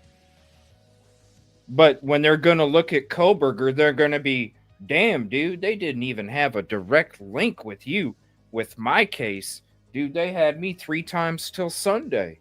How did you do it, bro? Damn, you're smart as hell. So what this guy is saying, I don't know what the hell he's talking about. And I don't know what kind of prisons that he went to. But damn, dude, I don't know what the hell you're saying, because it's a completely different scenario, bro. Completely different scenario. What could Brian Kohberger possibly do for anyone on the inside? Nothing. Zero people. Zero. And hell, maybe he'll have some money left over in his trust account after they. Hell, I don't know. What happens when a dealer that goes to jail for leaf all of a sudden gets bunked up with somebody that went to jail with the powder, and then they learn all the shit in jail from the person that can tell them shit. I mean, like, I don't know. This guy, they kill him, and that could go to the victim's families. They'll put it in the victim's fund. That's what I see. You know, it's funny when you say, what can he do? What can he offer anybody? Even Murdoch could offer legal help to fellow inmates. He could say, look, I'll work on your appeal for you. He's valuable. He has value for the rest of his life to every inmate that walks through. Yeah, and he can tell other people how to have the prosecution not even have a direct link. Like, what? That facility. But Kohberger has criminal justice. I don't know what that's going to do for anybody who's already locked up. Well, I suppose that means he could get a job, or he could have gotten a job. At one point, he was working in psychology or something, examining why people commit crimes. I know that a lot of prison workers have criminal justice degrees. I think they only do that so they can get promoted. You know, it's like people actually that get political science degrees. You always ask people, what are you taking? Well, I'm going to get a bachelor's in political science. What are you going to do with it? I mean, what's he going to do with his degree? And people that... Criminals teach other criminals. Like, criminals teach other criminals. Sherry, that's a good thing too. Like, he could, like, look at what he learned from Ann Taylor, right? Look at what he learned from Ann Taylor. All of the different proceedings and the advice. Like, that dude gained so much knowledge. He learned how to drag it out. And he could have drug it out even longer, you guys. Because the prosecution didn't have the direct evidence link. He could have drug it out 6 more months. That's a lot of knowledge. And when you go there, what else can you do but teach other people? I mean, I don't get it. What's up, Joe? Are serving forever like him. They don't have the same programming needs that people have when they're getting out. So they're not going to spend the money to run him through all these programs to rehabilitate him and make him a better person. He's like, essentially, he's in fucking limbo for the rest of his life. That is his life. Getting out a few hours a day, living in his bathroom, taking a shower, and going back to the bathroom. That's it. That's all he's going to do. He's got to watch his food. Maybe somebody will stick some glass in his food. Really? Maybe. See, now he just, somebody might put some glass in his food. This is crazy shit. This dude, like, is wishing upon another human being. Freaking nuts. Look at her. Really? Yeah. Could happen. Oh, sure. You can put, people put gravel, they put pieces of glass, they put pieces of wood, they put like rat poison and cleaning chemicals. Yeah, you can always get to someone. Absolutely. That's people in the kitchen staff, the people who are doing the cooking, that they're the ones that do that? Well, there's inmates. Inmates essentially run the prison, all prisons. And they're moving food around. Other than doing custody work, inmates are doing maintenance. The guy's coming by with the library card, shoving books at you or something. So people have access to people. You know, somebody needs to carry that contract out. They need to do the hit. Somebody pays somebody off. They give them commissary. They put money on their books. Yes, slip this in Kohberger's food. It could be done. Absolutely. Hell, if I was there, I'd do it. Let me ask you this, Larry. Wow.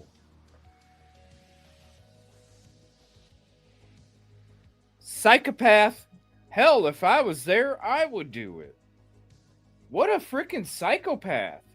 It's like he's... Holy shit. Is Larry the prison guy gonna put a hit out? Is Larry the prison guy gonna put a hit out on Kohberger? Whoa.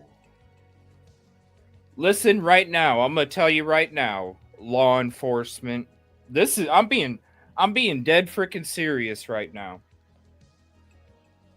I'm being dead serious right now. Law enforcement, if Brian Kohberger does get, and listen, he already pleaded freaking guilty. We're going to go into the body language stuff here in a minute and why you can hear them say what I said when we were doing the live hearing and I told you how I felt. They're saying the same shit. Regardless of that, law enforcement, this better be used as evidence.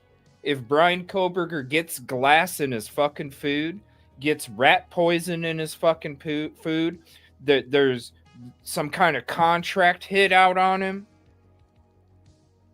Dude, the stuff that he said, and listen, we're only a third of the way through this whole episode, and the stuff that he has wished upon Brian Kohberger, and then right now he says that he would do it. Law enforcement, I hope you're taking this seriously.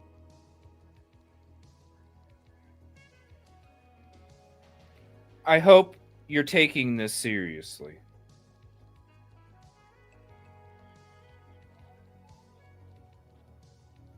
Because the fact that he is sitting here admitting that he would do it if he was there, that's the fact that, listen, it's one thing for you to think it. It's one thing for you to sit there and go, man, I would put some rat poison in his food. It's one thing for you to think it. It's another thing for you to tell your family. It's another thing for you to tell your friends. It's another thing for you to tell somebody you're just walking down the street you never seen in your damn life. It's another thing to come up on national media and admit to that. That's way beyond what somebody with a normal thought process actually does. I hope law enforcement takes this seriously. Dude, you just admitted that you would do all of this shit to him. Wow. Yeah. Somebody pays somebody off. They give them commissary. They put money on their books. Yes, slip this in Kohberger's food. It could be done. Absolutely. Hell, if I was there, I'd do it. Let me ask you this, Larry. Wow. I mean, listen, I think all of us would like a little vengeance on behalf of those families, certainly. Absolutely. I have this question about, I go back to the day one of walking into the rest of your life, but I thought about all the people who handle him, whether they're administrators or the medical staff or the guards who are going to walk him in his shackles. Are they dispassionate about each inmate and each inmate's history? Or do some of these guards say, hey, this one's for Steve Gonzalez and shove him? Like, how do they behave? Well, they'll treat him like shit. It's kind of like when you get people that are child molesters and they come into a prison and every child... See what I'm saying? SA, that's a different situation. Kohberger did not do that. This dude, it's so vulgar. I'm going to skip this part. Oh my gosh. I had to show you guys, though. I had to show you guys because I didn't know if any of you guys seen this or not. But it's bad. It's bad. I'm just like, dude, why in the hell? And then he admits it, too. Molester says kitty porn. I'm there for drugs. I'm there for mail fraud, stock fraud, whatever it is. Nobody wants to admit what they're there for. So they make something up. Meanwhile, the cops hate these people, too. The cops want to get to them, but they can't do it. So the cops will drop a dime to the inmates and say, yeah, that's what this guy is here for. Because they know that the inmates will take care of him. But Ash, how can this guy hide? Because everybody fucking knows who he is. Enough people hate him. Yeah, Look at there's no Chris hiding. Watts. They had to move Chris Watts out of where he took him out of state. I think it was Colorado. Out of state. Hey, by the way, about that, I talked to a prison warden on my News Nation show, and the prison warden, he's a retired prison warden, said he did not believe that Idaho has the funds nor the savvy to protect someone of his ilk, and that they will contract him out to a different state. Do you think that'll happen? Yeah, it could happen. I've thought that from the very beginning because I don't. When you already see the reputation that they have, I can. we're still waiting for sentencing. We're still waiting for sentencing. So he could literally, yes, I could see him getting transferred to another facility because of protection. But I don't know. I really think he's going to try and go to a mental facility and spend his career in a mental institution. That's just what I see. No, that's a subjective opinion. They could create a cell. He's not the only person serving life in Idaho, or he won't be. So he's the only person like that. Prison. Well, remember, this is a maximum security. This isn't a low. This isn't a medium. This isn't a kitty camp. No, it's a shit prison. Trust me. It's a shit prison with a lot of complaints. Somewhere. So they're set up to hold people that are serving maximum life sentences, death row. So I believe they do have facilities there. But you know what? Idaho is a small state. So all you have to do is do your research, bro, and you'll find out it's one of the worst fucking prisons in the United States. It really is. You can look up the statistics. It's one of the worst prisons, as in, protecting the prisoners. It really is, in a lot of different areas too. It's a shit prison. Who's to say that some of these correctional workers don't have family or know people that know the parents or know the family of these dead kids? And perhaps they'll look the other way. Happens all the time. I bet you'll go find them. I'll bet you go find out who they are. And I bet you, dude, I hope law enforcement really takes what was said like seriously. Like, that is a fucking threat. And that's on mainstream media. A threat against Kohberger's life. Seriously. Not cool, man. I hope law enforcement takes that seriously. And they need to contact his ass. Like, dude, the fuck did you mean? We're watching. Like, don't even pull some freaky dumbass shit, dude. People. So, but is that sort of lends credence to what this former warden said, that he doesn't think that Idaho can really do the job? And maybe it's because it's so small and that there is a 1 degree of separation. Maybe it's because of budgets. It's a small tax base. Do you think that Brian Kohberger will be contracted out to another state? Well, they could send him to the feds too. The feds have a compact agreement with all the different state prisons to hold high security inmates. Maybe they'll send him to ADX. You know what that is in Colorado? It's the maximum security underground. The Supermax, Supermax. That's where I think he'd go. If he's not going to a mental institution, I really feel like he's probably going to go to Colorado. I mean, you're not going by your parents. And I don't see you being in Idaho. Colorado, that would be my number one guess. They'll send him there. But that's like where they have the Al-Qaeda people and the 9/11 people and all this shit. Is Kohberger... And Jahar Tsarnaev, the Boston Marathon bomber, Jahar Tsarnaev is at the Supermax. Is Kohberger really a threat to the inmate population? Think about that. He has a following on the somebody outside. said to me, yes. Somebody said to me, yes, because what's he got to lose? If he's enjoying what he went through... You really think... Brian Kohberger wouldn't be able to do shit in prison. It's one thing when you're attacking overly intoxicated people that are sleeping. That's one thing. He wouldn't last 10 seconds in a prison fight. Get the F out of here. Who the hell do you talk to, Banfield? Oh yeah, Larry the prison guy. Maybe he wants to do it again and somehow come off with the perfect in-house murder in prison. And maybe the first one that was never solved. You just don't know. What's he got to lose? What are they going to do? Punish him? I suppose that's possible, but he's subject to controlled movement. They're going to shake his cell down all the time. People are going to be watching him. It's not like he's just fucking roaming free out on a prison yard. That's really where that kind of stuff would happen, where you're covering somebody in the showers. What you do is you take like a pair of socks and you put a pair of socks. You put some padlocks in, then you put some bars of soap and boom, you bounce it off his head, split it open like a watermelon or something. But look at that, even more of this stuff. Law enforcement, I really hope they're looking at this.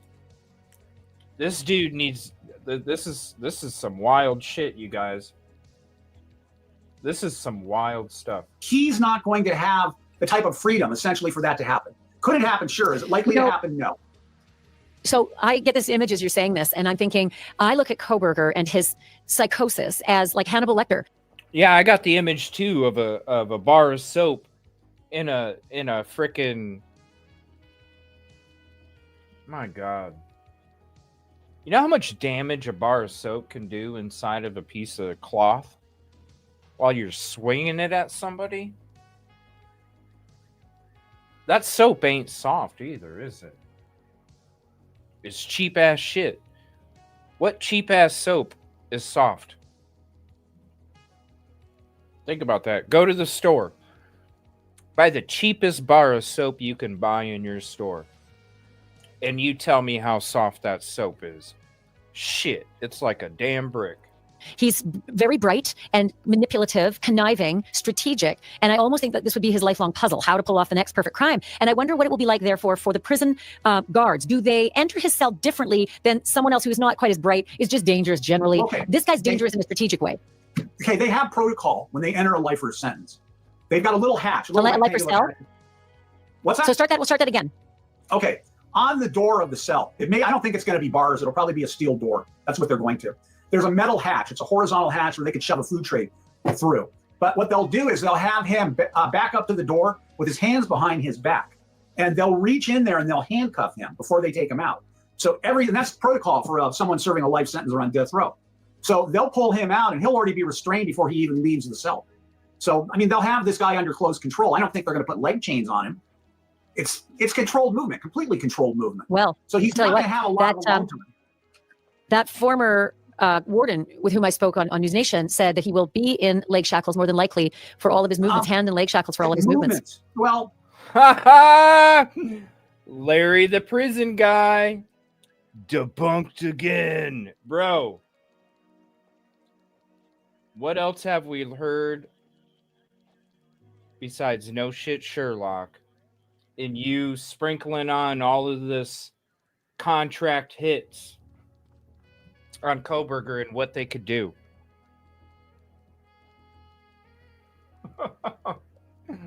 Your expertise is wrong, Larry. That former warden with whom I spoke on News Nation said that he will be in leg shackles more than likely for all of his movements, hand and leg shackles for all of his movements. Well, where's he going to go, Ash? His movements, just like you were talking about, buddy. Going to be in a secure. He's going to be in a secured housing unit. The shower is within the secured housing unit. So if they got the guy all shackled up, handcuffs and such behind his back, they take him over to the shower. That's called movement. He can't get out of that housing unit. There's just no way to get out of there. So what is the purpose of putting a leg shackle on him? If they were moving him, though, let's say they were moving him taking him out of the prison to go see a doctor or something, taking him to a court date, they would definitely leg shackle. You know what I think the purpose is? I don't think the purpose is for escape. I don't think that's the concern when it comes to Brian Kohberger. I think it's for protection. It is, maybe part of that, but also keep him under control, tell him who's boss, you're no longer running the show, and also to protect those around him, because I do see him as Hannibal Lecter. And what he's been charged with. The reason that you have that shit on you is because of what you're charged with. It's that simple. You have it on you because of what you're charged with. I do see that he could do something to people around him. Maybe not escape, but do something horrendous to someone else. I suppose it's possible, but it's kind of hard to do when you're shackled behind your back, isn't it? I agree. Right? I agree. But this is Brian Kohberger, who's again wise enough. I also, you know what else I see? I also see him feigning being, incapacitated in his cell, and I see him feigning forcing an entry of guards into his cell, after which he could have at him. Possibly, but they'll bring 3, 4, 5 guards over to his cell. They're not going to pop that cell door open with one person. They'll be all set. They'll have their tear gas and they'll have their clubs and such. They know. These people aren't stupid. They know how to handle high security inmates. So it's not going to be a fucking cakewalk. But you're right. Maybe he's going to try to get into their heads. If he's read my book, let me pitch my book again. I teach inmates how to manipulate prison staff, how to get in. So BK might read his book. Okay. Listen, all the expertise is coming again. Oh, he pleaded guilty? Oh, okay. My book, let me pitch my book again. I teach inmates how to manipulate prison staff, how to get into the staff's minds, how to get them to do stuff and they don't even realize it. Oh, God, I would hate to read that book because these people are going to get caught before they even try and attempt it. This guy. Where in the... Larry, the prison guy. So the staff, they can be manipulated. So, sky's the limit for him. He can try whatever he wants. Let's say that somebody is in an institution, a low or a medium. Even somebody at a high security, they've got an outdate 10, 15, 20 years, they're getting out. So they want to keep their good time and such. They're not really going to do anything. He's never getting out. He has no good time to lose. He has no parole date coming up. So, based on what you were saying, he can really do anything. What are they going to do to him? Lock him back up, give him a life sentence, put him in the shoe? He's already there. So the other side of the coin. Yeah, that's the thing. No parole, no chance for an appeal. 0% chance. There's 0% chance. So people that are innocent don't plead to zero. At least you could have pressed the prosecution. They would have gave you an appeal opportunity. Trust me. They wanted you to just go to prison for it. I try to look long term, and I imagine he's starting to look long term. Yeah, I try to look long term at prison reform, let's just say. If he were locked up 40 years ago, how different is it now for someone who was put away 40 years ago and is looking for another? He's still, he's probably only 60 and he's probably going to live another 20. Let's look ahead 40 years, Larry. How much change do you think is going to happen within the prison system about their daily lives and their benefits or their now they get iPads? How much change do you think is going to happen from now to 20 years, now to 40 years, and then to 60? Because I believe he'll be there 60 years. Wow, so we're asking this guy to predict the future now. We should just skip that part. I don't even want to put that shit out in the world, but we're going to listen to it anyway. He's 90. Well, they're already using the iPads for visits. So they've already kind of cut a lot of the visits out where you can call your family member and visit with them all the time. Probably the nutritional values will change, the food. They're going to automate. Everything's automating.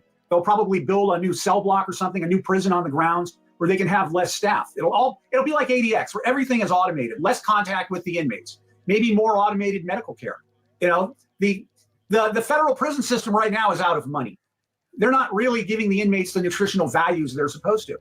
So instead of giving people regular food, maybe in 20 years, 30 years, they're going to give you like an energy bar. This has all your nutrition in it that you need. You're not getting regular food. This is it. They're going to get rid of all the toilet paper. They're going to put some kind of bidet in all the cells or something to save money. I believe everything is going to turn into automation. They'll probably have, he's going to have like a paper mache jumpsuit. They don't want him hanging himself. They want to keep him well so he can serve his whole sentence. But I believe a lot of these facilities are not going to have cloth uniforms anymore. It's all going to be like biodegradable, disposable clothes. Everything will change. The shoes, the clothes, everything. The visits, you name it. Brian Kohberger's first requests upon being put into the Moscow jail was that he was vegan. And the Moscow jail, being teeny tiny, still accommodated for his vegan diet. Is that a federal law? Is it a state law? Is it a requirement no matter what if you have some sort of dietary restriction, not religious, just dietary, that they have to accommodate? Not really, because that's a personal choice. It's like, we don't offer that here. Perhaps when he was in the Moscow jail, he wanted to use that as a tool to get transferred by asking for vegan food and knowing they maybe didn't have it. He wanted to take a car ride or something, who knows? But they're not bound, other than religious, as you pointed out, they're not bound to just give you special food because you want it. If he had a dietary restriction, he was diabetic or something, they'd have to give him food that met that. But there's people that are in the hospital that are diabetic and they're giving them sugar jello and such. So a lot of things just aren't followed. I mean, maybe he'll become friends with somebody and they'll give him some Pruno. Colbert will be there getting drunk on Friday night. Who knows? It's possible. I keep wondering about the first night that he lays his head on the pillow in his new home for 60 years. He won't be. Let me ask a question. Okay. Hold on 1 second, because there's crosstalk and we won't be able to hear it. So hold on. I keep wondering about the first night that Brian Kohberger is going to lay his head on the pillow in his new, his new forever home, his new lockup. And I remember something you once told me that almost everybody cries. Oh my God. They do, because the whole realization has hit them. This is what it has come down to. And they can't sleep I slept the first night like a baby because I was fucking guilty as a motherfucker. But people lay awake and they can't sleep. And every little fucking noise and the pipes in the wall, everything freaks them out. And then, this is an old prison in Idaho. Maybe there's rats in the walls. And maybe he'll get a little pet or something. I don't know. But he's going to hear all these noises. Then he's going to hear the other inmates. They're going to be assholes banging on the wall. They will.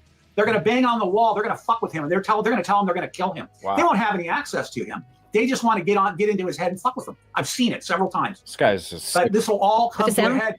If he's not on psych meds now, he will be. Give him a couple weeks. But that's one of the things they're going to ask him when he goes through R&D, receiving and discharge, as far as like being depressed and such. Yeah, listen. Oh, this one is a train wreck.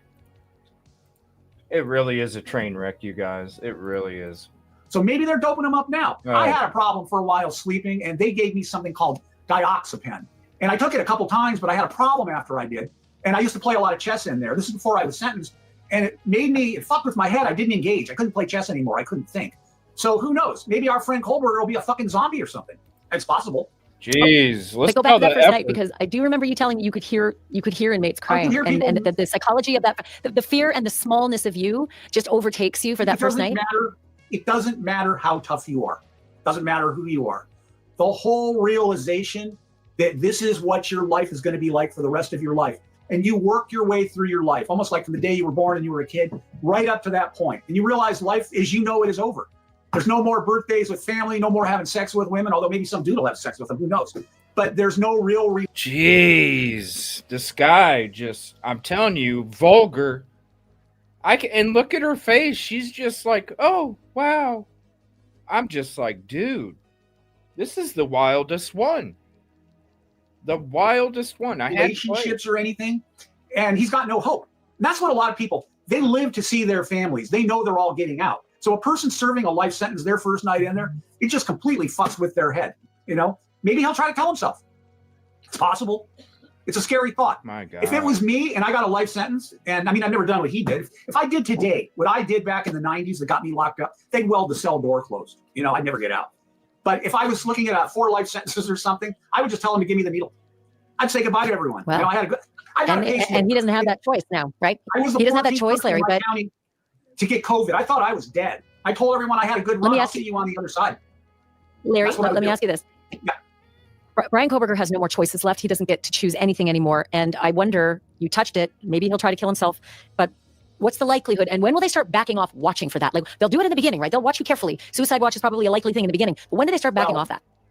They're really not going to. Because remember that a lot of these psychologists, they're contractors coming in and they're getting paid for every little fucking thing they do. So they'll constantly be checking on him.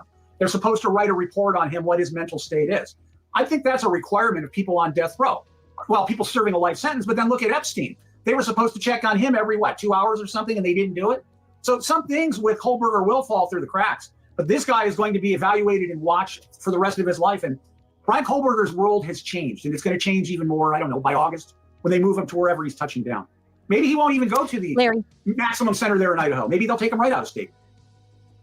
Maybe. Larry, I can't thank you enough. You know how much I appreciate this insight of yours. There's nobody who knows the inside better than you and can really convey it to everybody who hasn't walked in the shoes and may never walk in the shoes. And let's. Isn't that sick? And then you heard, thank you so much after everything that he said. I hope law enforcement is paying attention to what the hell was said in this interview. Direct threats. You admitting that you would do it if you were in that position. Talking about all these contracts and how they can do this and do this and do this. It's like, bro. And then, yeah, what the hell were you thinking? Because you're sitting here this whole time, Ashley, sucking all of it in, like the best advice ever. And welcome to episode 1 of the mainstream media series. We're gonna have plenty more. It's gross, isn't it? I told you guys it'd be vulgar, it'd be nasty. The stuff that he was saying, the fact that he didn't even know that BK pled guilty. It's like, bro, he pled guilty a week ago. What the hell's wrong with you? I wasn't even planning on showing it tonight.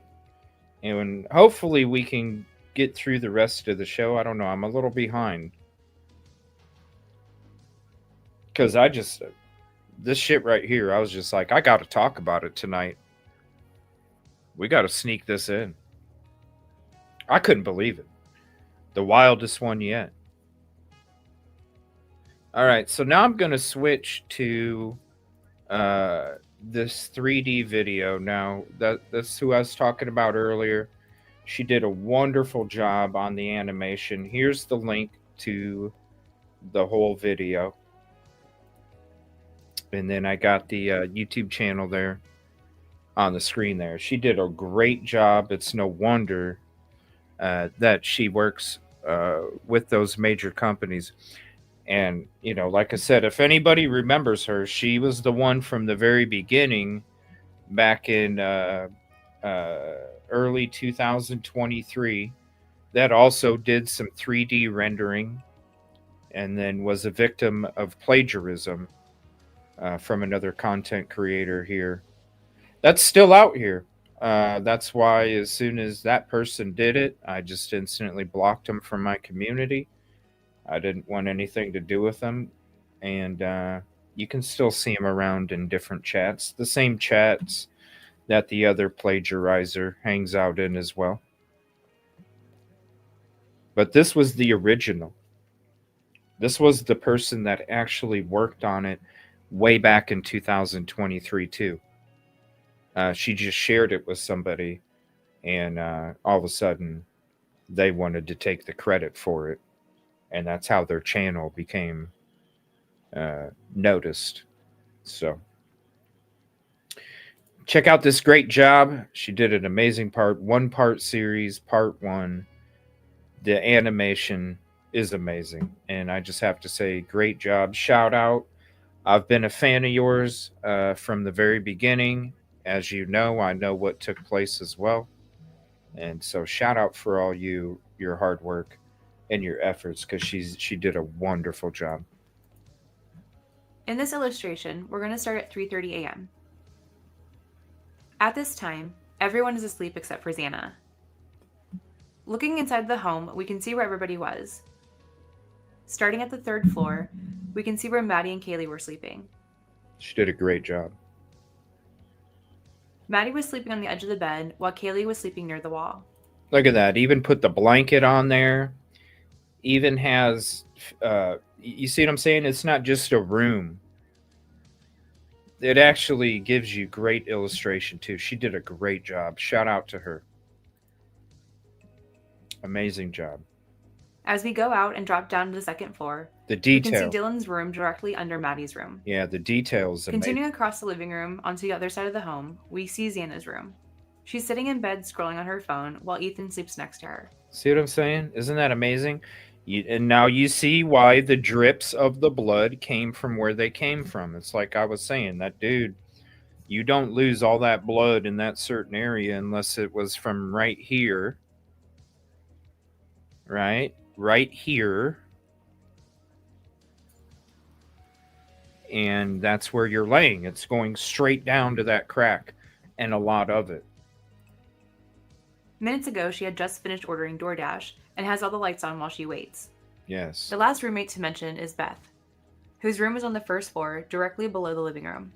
As most of them all sleep, Kohberger pulled into the neighborhood for the first time this night at precisely 3:30 a.m. We know this due to a home security camera that captures the intersection and records the coming and going of anybody that enters that neighborhood. As we continue, Kohberger drives past the home and notices that all the lights on the 2nd floor are still on. He drives on and loops around the apartment complex building. Amazing. Because of the home security timestamp, we're able to know how long it took to drive this path. On his first pass, it took him 2 minutes and 38 seconds. And this is him leaving on the first pass. Now let's look at his next 2 passes and record the times. Plus, look at all the lights on that are on in that house too. This is pass 2 of him entering and leaving. Lights are all lit up in that house. And now house. this is pass 3 of him entering and leaving. You can see activity going on as well. Right when we do the math, we can see how long he took each pass. The last 2 passes were normal without any stopping, but on his first pass, he took an additional 42 seconds to creep by the house, or even stop for a time to stare into the windows with the lights on.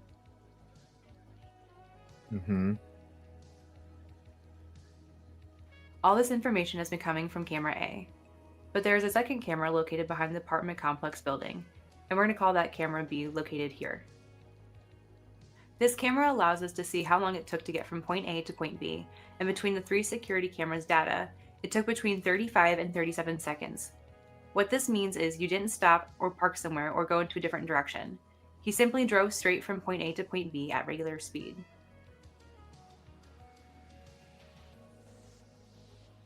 These times help us understand the DoorDash delivery window. According to court documents, 2 times are noted. One is 3:59 a.m. and the other is 4 a.m. And that's where a DoorDash driver would park, especially if they're delivering it up to the door at the very top, second floor. Bringing back our passage chart, we can see that the DoorDash time of 3:59 happens after Kohberger has left the neighborhood and before he returns for his last pass at 4:04. It is possible that the DoorDash driver saw Kohberger as he was parking his car, because a timestamp of 3:59 could be reflected when he took the photo of the food at the front door instead of the time he arrived. So it is possible he witnessed Kohberger staring at the windows as he drove by. See? And it's so dark there. I showed you guys with my footage. As the driver leaves, Xena turns off all the lights, sits on her bed, and scrolls on her phone as she eats her food. A few minutes later, Kohberger enters the neighborhood for the last time. But this time, as he drives by the home, he sees all the lights are off. At the camera B location, he turns around to head back to the residence as shown in this video.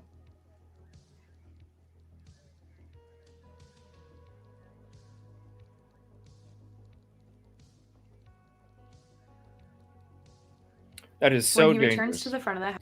So when you're driving this way on Queen Road Apartments, it is so dangerous to drive that direction, and let me show you why real quick. I just don't...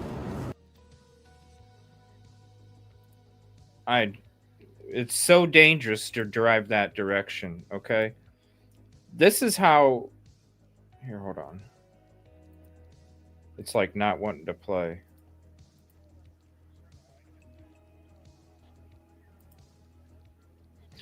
All right. So as we're driving, this is Taylor. StreamYard is making it choppy, so it is what it is. But I'm not trying to play it for clarity tonight. Otherwise, I'd use the MOV file.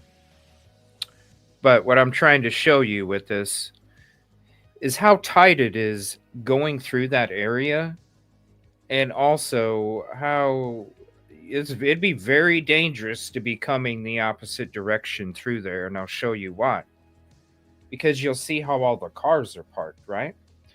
So as we're driving up through this, now they're saying that, I mean, that's dangerous as hell. It really is to drive through this. Look at how tight it is. Most people are coming in this direction. Look at how they're parked. See how they're all parked going the same direction that I'm going. All of them. All of them are parked that way. Look at how tight it is between the bush and those cars. Very dangerous. Very dangerous.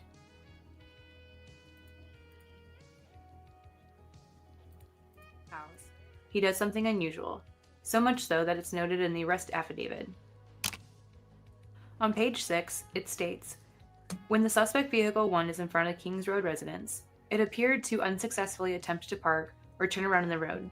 It goes on to say that he continued onto the intersection where he did a 3-point turn.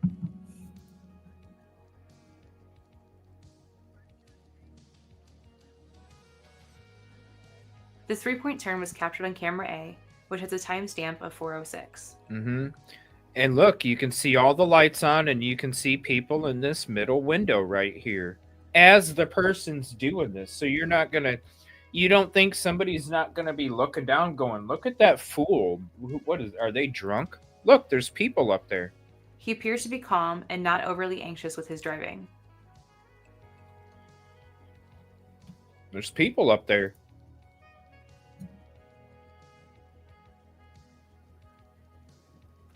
As he heads back in the direction of the residence, he takes one last look at the windows to make sure all the lights are off. As he begins to drive around the end of the apartment complex, camera B records the time of 4:07. What a great job. Fast forwarding a little bit, Kohberger drives to the back parking lot away from other residences. Okay. See where they have him parked, right? The back parking lot away from other. Okay. See this tree right here? That's the tree that you saw in front of my car with my footage. Okay. Let me here, let me get a screenshot of that, and then I can use that in the future to show you guys. That's where that opening is. That's why I say you take 2 steps over to the left after you get out of your car, and literally you're just a couple steps away from that cement slab. You're parked right here. You take 2 steps over, there's that opening that you saw in my footage. And then you're literally climbing down a couple steps and you're at that slab already. I think they parked right there. I don't see them parking back here because you have a perfect view right here with the same amount of cover. So I don't see them sitting way back there trying to look over. I don't see that happening. I see them parking right there behind that tree. Residences. You see that opening right here? That's the opening that I'm talking about. Kohberger drives to the back parking lot away from other residences. See right there. She did a wonderful job on the mapping of this. Because that's perfect of what we were showing. I mean, she's got the trees down, straight down. Like, wow, amazing job. Wow. Amazing. He takes a few minutes looking around and sees that nobody's out and Wow. that all is quiet. That's awesome. He eventually grabs his things, gets out of the vehicle, and begins walking to the back of the home. Mm-hmm. Again, there's that opening right there. So let me scoot back. Gets out of the vehicle and begins walking to the back of the home. Right. There's that opening right there.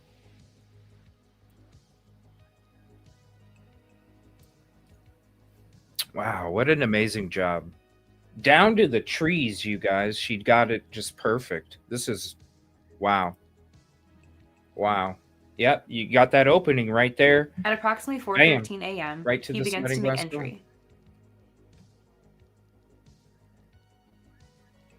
As he steps in, he takes a minute to make sure everything is quiet and that nobody is truly up. He walks to the entrance of the living room and looks around. And this He is continues to be amazing too. cautious and stands there listening. Yeah. Feeling confident, he continues upstairs. As he makes his way to Maddie's room, the time is about 4:14. Amazing job. Meanwhile, 2 minutes later, Xana takes a break from TikTok and walks into the kitchen. Evidence shows her activity on the app stopped at 4:16. As she enters the kitchen, she's a little shocked to see the sliding glass door wide open. And at the same time, she hears a serious commotion going on upstairs. Hey everyone, I don't usually ask, but I'm building a small production company to bring you more exciting stories, and I'd love your support. If you'd like to help out and get some cool perks, or own the 3D model file I created for this animation, please send me a DM and then drop a #AsGet in the comments, so I know to look for your messages. Your support truly means the world to me. Thank you. She's awesome. Picking up where we left off. Again, here's the link. Like I said, you can see from my footage, you can see how precise she is with the trees even. Amazing job. For real. Round of applause. Amazing job. I mean, perfect. A source revealed that Santa's phone recorded steps and elevation change, which is how it's known she went to the kitchen and the 3rd floor. When she walked up to Maddie's doorway, she interrupted Kohberger, who had just finished an intense battle with Kaylee, who fought back violently. After a second or two, he notices her, and then she turns away. Being dark, Xana didn't realize what she was seeing other than a shadowy figure. Out of fear, she quickly leaves. A single source, unaffiliated with the media, claims Kohberger injured Xana on the 3rd floor hallway, leaving evidence of blood there. But this single source of information has not been validated by any more sources. Continuing, Kohberger, without thinking, pursues her all the way to her room, not realizing he had dropped the sheath of his knife. When he gets to the room, he attacks Xana, and the time is precisely 4:17:30. We know this because of camera A captured the sound of screaming and the thud.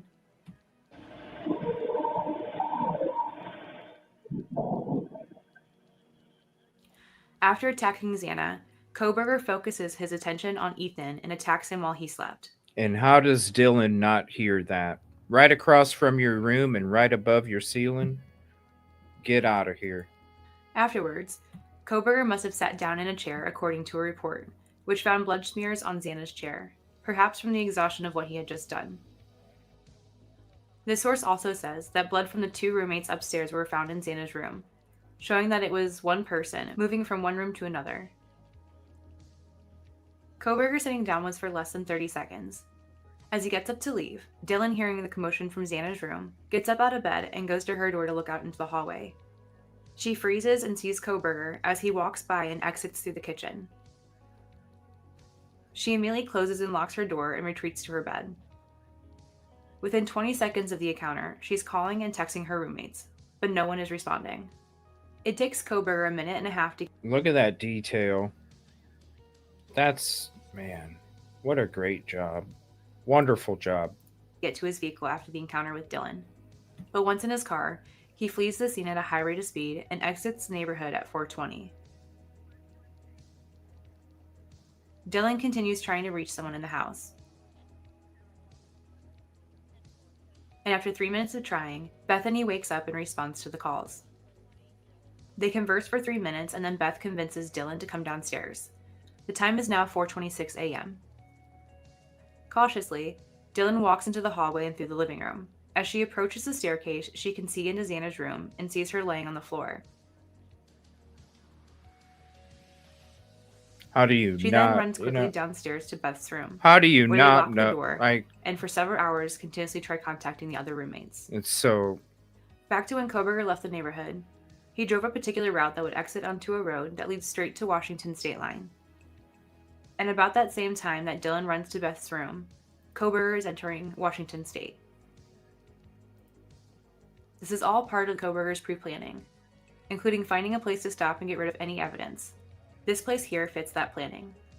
This area here, pointed out by the arrow, is a little group of trees. All right, I'm just gonna go ahead and boot you. You're being very disrespectful to the person that made this content, and you can go say that shit in some other community because I don't give a fuck about your view.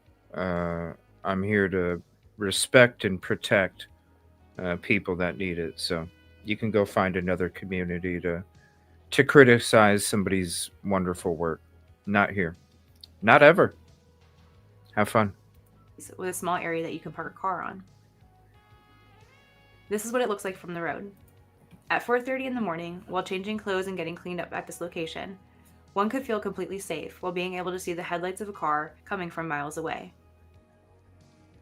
As this pivots around, you can see how this is out in the middle of nowhere, and a pre-dug hole near some of these trees would hide forever any evidence that Kohberger was trying to get rid of. It's important to remember that Kohberger was studying criminal behavior and the legal system. This would have motivated him to plan things to the smallest of details, like plastic on the seats to conceal DNA, or crossing state lines because the jurisdiction of one area would take hours to get assistance from the other. He's also smart enough to know that That right there is a key point about the jurisdictions and the delay process. Very good key point she brought up there. 10-minute stop would likely never be on the radar of the authorities, especially after he crosses back into Idaho and then turns his phone back on. Let's pick back up where we left off at his 10-minute stop. He continues on with his plan, knowing that he's completely cleaned up and that there's no evidence to tie him to any of the crime if he were pulled over at this point. After getting on Highway 95 and turning south, he turns his phone back on at 4:48 a.m. This section of Kohberger's travels comes from his cell phone data extraction. Let's orientate ourselves onto this map and get a better understanding of the timing. Kohberger leaves Kings Road residence at 4:21 a.m. Just 8 minutes later, he arrives at his stopping point where he gets rid of all the evidence. After the cleanup, he then drives back into Idaho and turns his phone back on, which occurs near a town named Blaine. This was referenced in the arrest affidavit along with the next town called Uniontown. The last place to reference is where he's seen on cameras near his apartment at 5:25 a.m. Using Google tools, we can get accurate timing information. This entire route took 54 minutes. If we add the 10 minutes stopping time to that, it would be an hour and 4 minutes. Now, if you add that hour and 4 minutes to the time he left King Road, it would equal 5:25 a.m., the same time the camera captures him on the cameras near Washington State University. The last thing to compare is this part of the route, which has a reported time of 38 minutes to drive without any stopping. Bringing back the time record and adding in the second leg information of 38 minutes, We can now add that time to when he turned his phone back on, which was at 4:48 a.m. After adding the 38 minutes to that time, it gives us 5:26 a.m., nearly the same time that was captured on the campus cameras. Was Brian Kohberger's brutal murder of... All right, that's the Inside Edition BS we watched a little bit ago. All right, give me 1 second. And what a great job. And then breaking down, right? And then breaking down the timeline and all that stuff. A wonderful job. I couldn't applause enough for the hard work. Now, let me see here.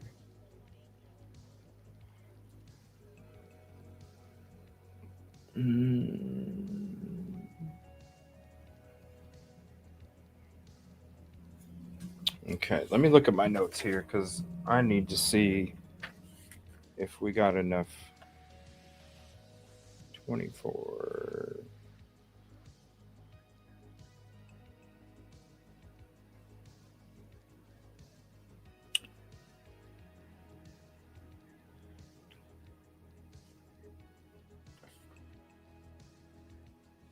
Well, what I'm going to do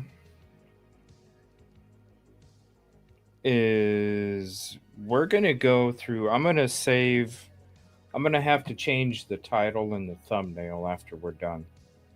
But I'm going to go through the body language and expert stuff because I agree with, like I said, when the plea hearing took place, you can hear me describe what I saw. And I agree with Dr. G and everything that he's saying when it comes to the body language. I don't necessarily agree with the body cam because he was like, look, they're looking at the body cam and I'm looking at Kohberger's eyes, and to me I don't see somebody looking straight at a camera. I see somebody looking at, like, here's the camera on your chest. I see that person. I see BK looking at slightly off to the side. I don't see a direct look at the body camera. And so I watched all the pauses and all that. And I'm like, I'm sorry. To me, it looks like he's looking slightly off to the side.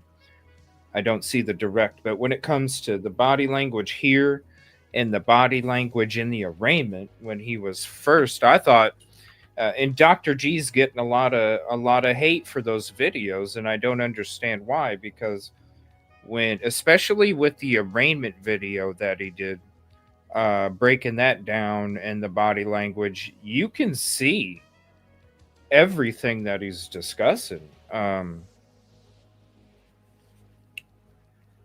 I mean, he's an expert and a professional, But I wanted to get into the conversation that he had on STS because they had a really good conversation. Unfortunately, it's like an hour and 46, and we're already past where I can fit that in for the program this evening. So we'll be doing that tomorrow. I'll just have to change the title and the thumbnail. But what I want to do is I always have too much and never enough to be able to finish it. But what I want to do is go back to what we were doing earlier. Now we were showing the interviews with the friends, and we were showing, what all of them were saying from a couple years ago. Well, the one, Josh. So we'll go back to that. What I'm going to do is I'm going to go ahead and we'll go ahead and play those. We'll go back to the friends interviews and stuff. And then tomorrow we will do the Dr. G, and then we can add a little more other stuff into the Dr. G episode, because there's some other stuff that not with Dr. G, but there's some other stuff that I also want to kind of include when it comes to that topic. So what I'm going to do is let me go back to these friends interviews. So now we saw Josh, right? Former student. former student, former friends. Let me go. First, I'm going to play this law and crime one because they had not only with Josh, but they had the other ones that were talking as well. Let me see here. Waving Josh. Okay, there's that one, that one. That one. All right. And then I got some other ones from News Nation and NBC and stuff like that. So here is another friend that was talking. Now, again, these are from like 2.5 years ago. When these friends came out and discussed it. She called me and asked me about the murders. I didn't know where she was going with it until she said that it was Brian Koberger, and naturally I freaked out and called about 8 of my friends. My brother was really good friends with him. My other friend Brandon was really good friends with him. I'm gonna have a picture of him with him. Holy shit. Oh, it is sped up on this one. My bad. I was like, damn, she's talking fast. She called me and asked me about the murders. I didn't know where she was going with it until she said that it was Brian Koberger, and naturally I freaked out and called about 8 of my friends. My brother was really good friends with him. My other friend Brandon was really good friends with him. I'm gonna have a picture of him with him on the green screen as well. I'm shaking still, but anyway, let me show you. This is Brandon, the one I was just talking about. It's his wife Brianna, and that's me. This was back in 2017. Obviously that's Brian. Still has the dead face that it's the eyes. I don't know. But when I spoke to him back in 2017, he was clean. He was a heavy heroin user back in high school. And okay, now I want to bring something up here, okay? You had Josh saying how pudgy he was and talked about how they went to Josh talked about how pudgy he was and how he looked so different from when he seen him at DeSale University. But this picture is from 2017.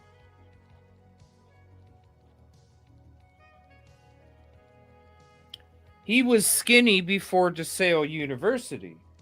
So how does Josh remember him pudgy but not skinny? Because he looks skinny like he does now. He looks the same. Isn't it kind of crazy?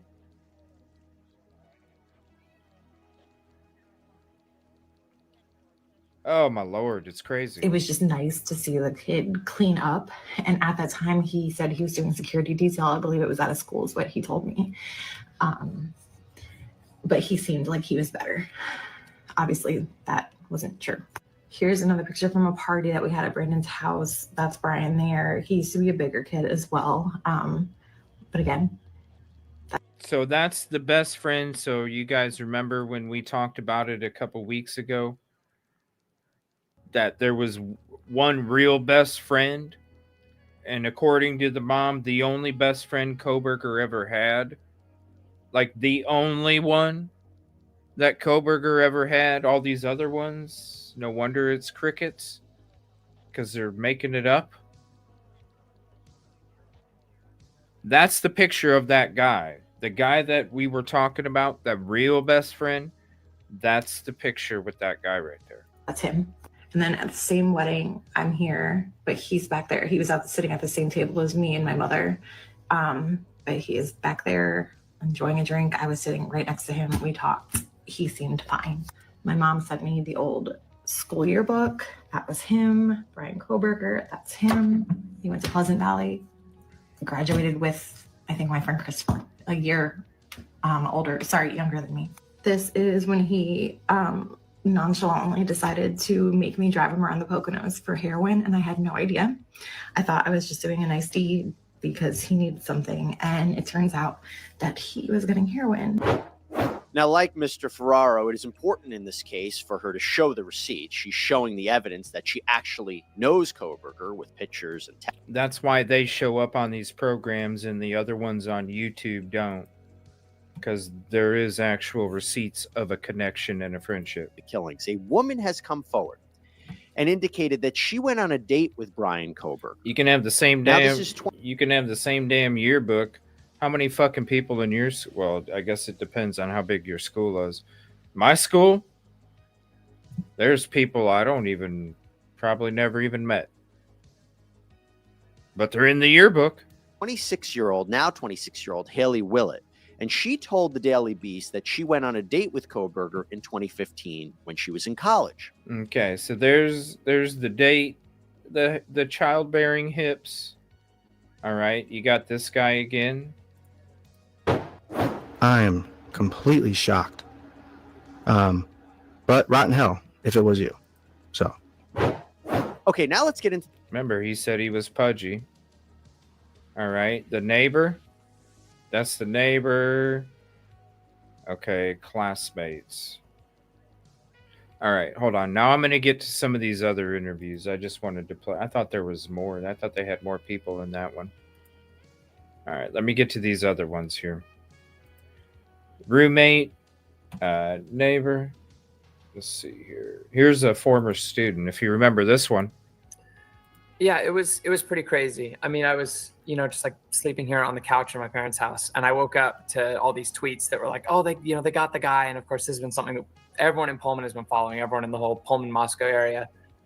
And so, I look on my phone and I see the guy's name and I see the picture and I'm thinking, that looks a lot like my TA who's also named Brian, but that would be crazy.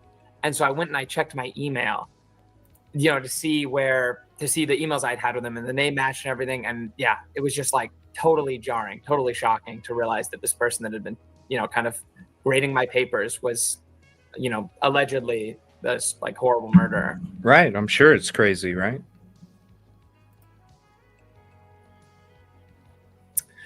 Yeah, no, entirely. All our interactions came in the form of the class and not even like, office hours. Like it was all within the confines of a lecture hall. He was pretty strict as far as grading goes. When he came into class, he was very, not super mentally present. He would stand up at the front, look at the ground. He had a lot of like boilerplate responses he would give people rather than, maybe something he had thought up on the spot. It seemed like he would be, he'd come in knowing what he was going to say to like most interactions. And then when he would grade your papers, he would be grading you on what he ended up calling like a higher standard. But what it really felt like to us was he was grading us like he would have graded himself as a PhD student.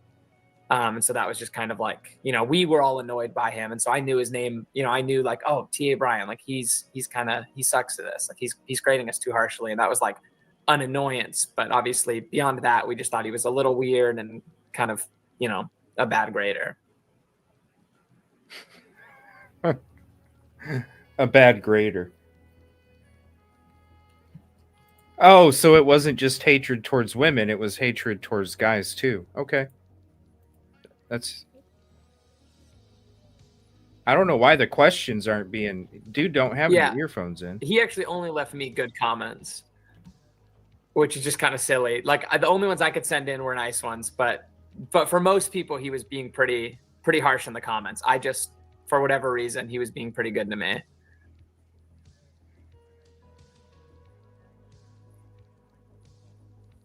Yeah, actually... we had, our professor was big on the idea that like, if we're all going to be attorneys someday, then we have to know how to argue our case. And so he scheduled a day where everyone, came in ready to argue to get their grades up, and he brought in Brian and he was like, all right, go at him. And right, Miss Girl? Stand up, and everyone was, like a few people were on his side, right, because they wanted to keep their high grades and not like have questions be cut out or whatever. But for the most part, it was like, half of a 150 person class just asking him all these real critical questions and he would answer. And he'd actually, he tried pretty hard to defend himself, which was the kind of thing that our professor loved. He wanted the like courtroom environment.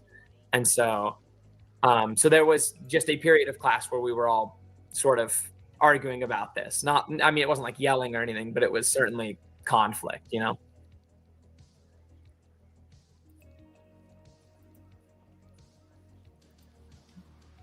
Oh, you know they were, Michigan.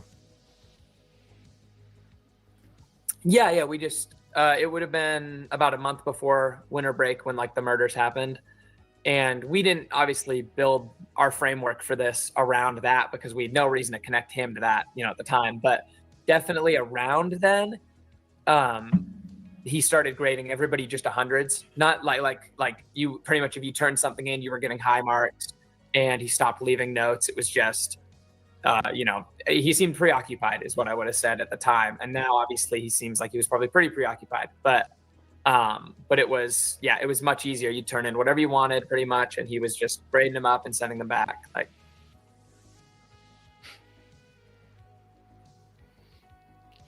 he got in trouble, so he's like, screw yeah. it. I'll give everybody A's. Yeah, then. absolutely. He probably, that I saw, he was always a little bit spotty on whether or not he'd come to class because he had, whatever PhD stuff over the top of it. But the couple times that he did come after or around that time period, I remember him, he had like a little bit more facial hair, just like stubble, but definitely less like well kept than he was. And he was a little quieter. He used to stand up at the start of class and like talk about some stuff sometimes. And this time he didn't really do that at all. He was definitely, I think, like the previous like mental preoccupation that we had been noticing where it was like, he didn't really want to be there. That was at like an all-time high. And he just, didn't look like he was doing great. Just unkept, didn't look like he was doing great. Here's that former A friend suspect in the 4 Idaho murders was arrested in our area. Newswatch 16 spoke to someone today who says they knew him personally. That's our top story tonight on Newswatch 16 at 6. Good evening and thank you for joining us. I'm Chelsea Strube. We begin tonight in Monroe County with the arrest of Brian Koberger, a suspect in the murders of the 4 Idaho college students. Newswatch 16's Emily Kress spoke to one woman who says she knows Koberger personally. The arrest of 28-year-old Brian Koberger rocked the nation, charged in connection with the murders of 4 Idaho college students. For people like Casey Arntz, the news of the arrest hits close to home. Her mom calling to break the news.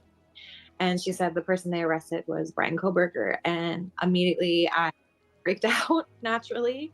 I went back inside work and I called about 8 of my friends because it was terrifying. It was a shock because there's literally 7 billion people in this world and I know him. I was friends with him. Like, that's terrifying. Arntz lives in Virginia Beach, but grew up in the Poconos and attended Pleasant Valley High School. She tells us she became friends with Brian Koberger through her younger brother during their time in school. We just hung out and talked, and that's what it was. It wasn't anything crazy, just a typical friendship. Arntz says she hopes his arrest will shed more light on the case for the sake of the 4 victims and their families. I didn't want to think about what even happened out there. I just want the families to have clarity. I want them to have some type of just answers to questions that they don't have. And I know that we won't get those answers, or they won't get those answers until they actually hear from him. And the police release that information. And it's just, I want them to have clarity and I want them to be able to have peace after all this is said and done. Koberger remains locked up here at the Monroe County Correctional Facility. Emily Kress, Newswatch 16. Here's this guy we didn't hear from earlier. We do start tonight, though, in Pennsylvania, where it has been 3 days since the arrest of the alleged... He was the one that did the interview when Josh, but he didn't get to talk. We'll skip ahead. Again, these are from 2.5 years ago. Actually, we're in Pullman, Washington, where Brian Koberger finished his first semester towards a PhD here at Washington State just before heading back to Pennsylvania on break. Now, a classmate in the same criminology program as Koberger tells News Nation exclusively that Koberger's behavior was clearly different in recent weeks. Brian seemed like he was on the knife's edge between exhaustion and burnout, and at the time it was extremely difficult to tell which was which. On the knife's edge. That's how Ben Roberts described Brian Koberger's demeanor before. On the knife's edge. Isn't that what a metaphor, right? On the knife's edge. That's how his classmate describes Brian Koberger. where he left for winter break. Like most others, Roberts learned on Friday that his graduate classmate in criminology may be the criminal behind 4 stabbing deaths. It was very odd realizing that I just spent the last couple months sitting opposite in class to somebody who has such heavy allegations against them. The Washington State campus in Pullman is just a short drive away from the University of Idaho campus in Moscow, where Kaylee Gonsalves, Maddie Mogan, Xana Kernodle, and Ethan Chapin were murdered on November 13th. I did notice that he became a little chattier. He became a little more animated. Mostly what I noticed, though, is he was always showing up a little late, and he was always showing up with a cup of coffee in hand. He seemed like he was more exhausted going into the tail end of the term. Right after Doesn't that sound like...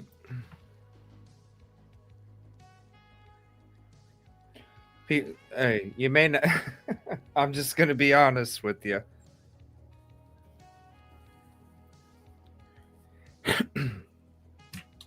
Doesn't he sound like a kid that had his binky too long? Right. Different stories. Different stories. But listen to this guy talk. Doesn't he sound like he still had a binky when he was 3? You know what I'm saying? Like, they have that certain way they talk when they've had a binky. When they have a binky past 3.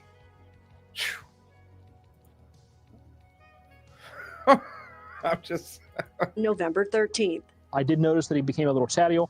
He became a little more animated. Mostly what I noticed, though, is he was always showing up a little late, and he was always showing up with a cup of coffee in hand. He seemed like he was more exhausted going into the tail end of the term. Right after or the mom that continued to talk baby talk until the kid was like 3 or 4. You know, it sounds like baby talk. Koberger's arrest, News Nation on hand as authorities seized a computer and a lot of new evidence from his apartment at Mommy! the WSU graduate Mommy. housing complex. Mommy. Neighbors say he was indeed very chatty.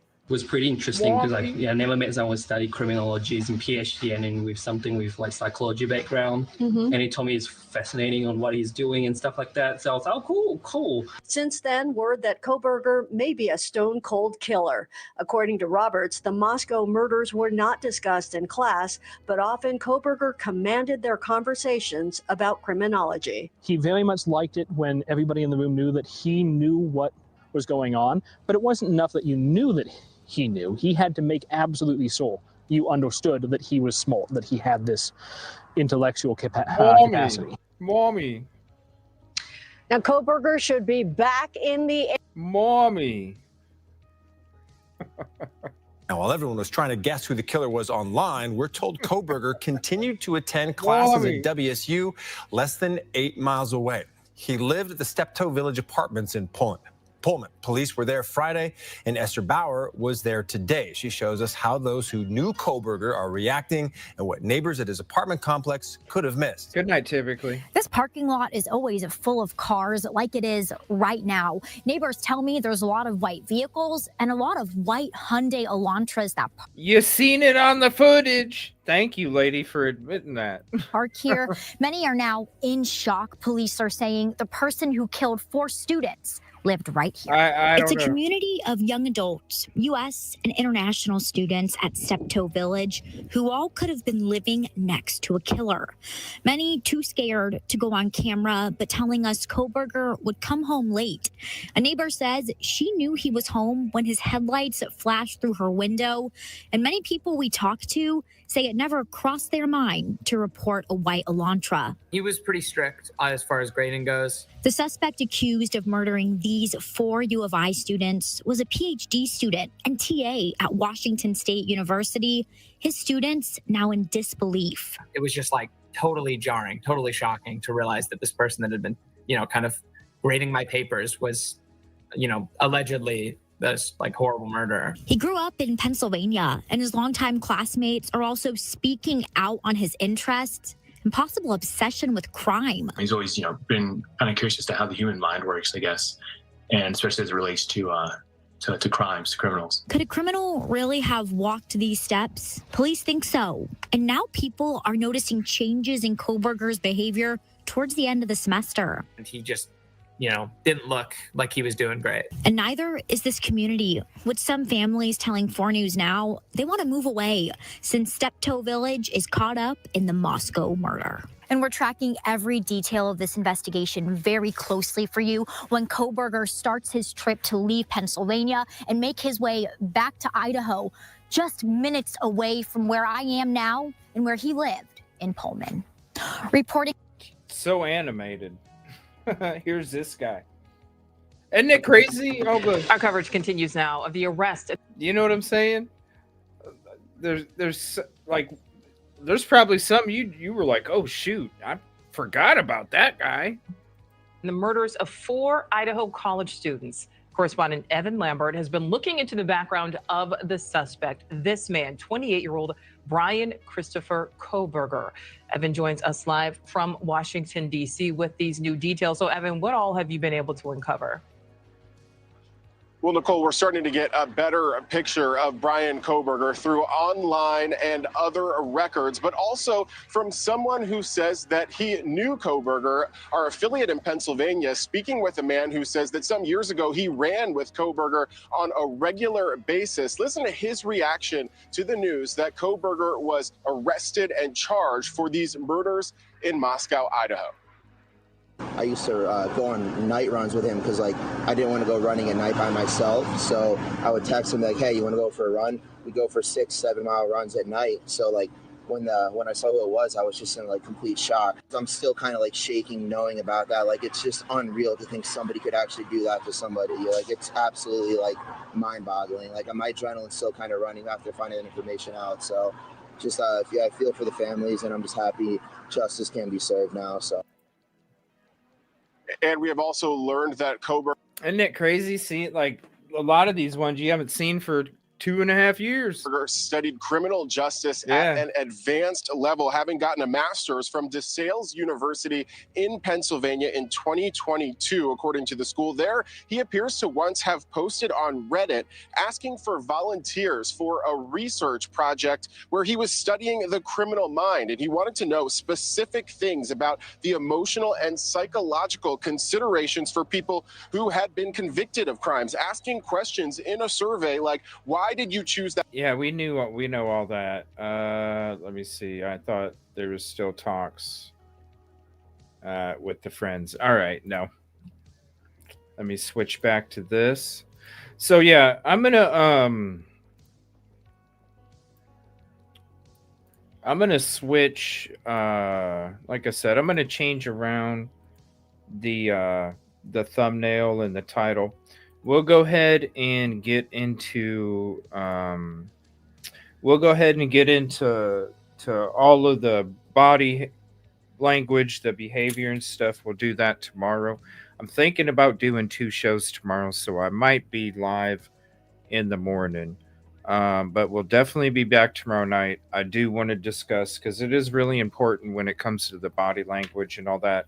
But when I saw that Banfield and Larry, the prison guy, get on there, I needed to talk about that first, because that shit was just too much, and it's too wild. And hopefully law enforcement is already putting their ear out there, because that was some wild shit to be admitting on national media, let alone telling somebody else. I mean, geez, you're basically telling people that you'd commit the crime if you were there. I mean, hello. No wonder you ended up in prison in the first place, right? Because you're too stupid. Shit.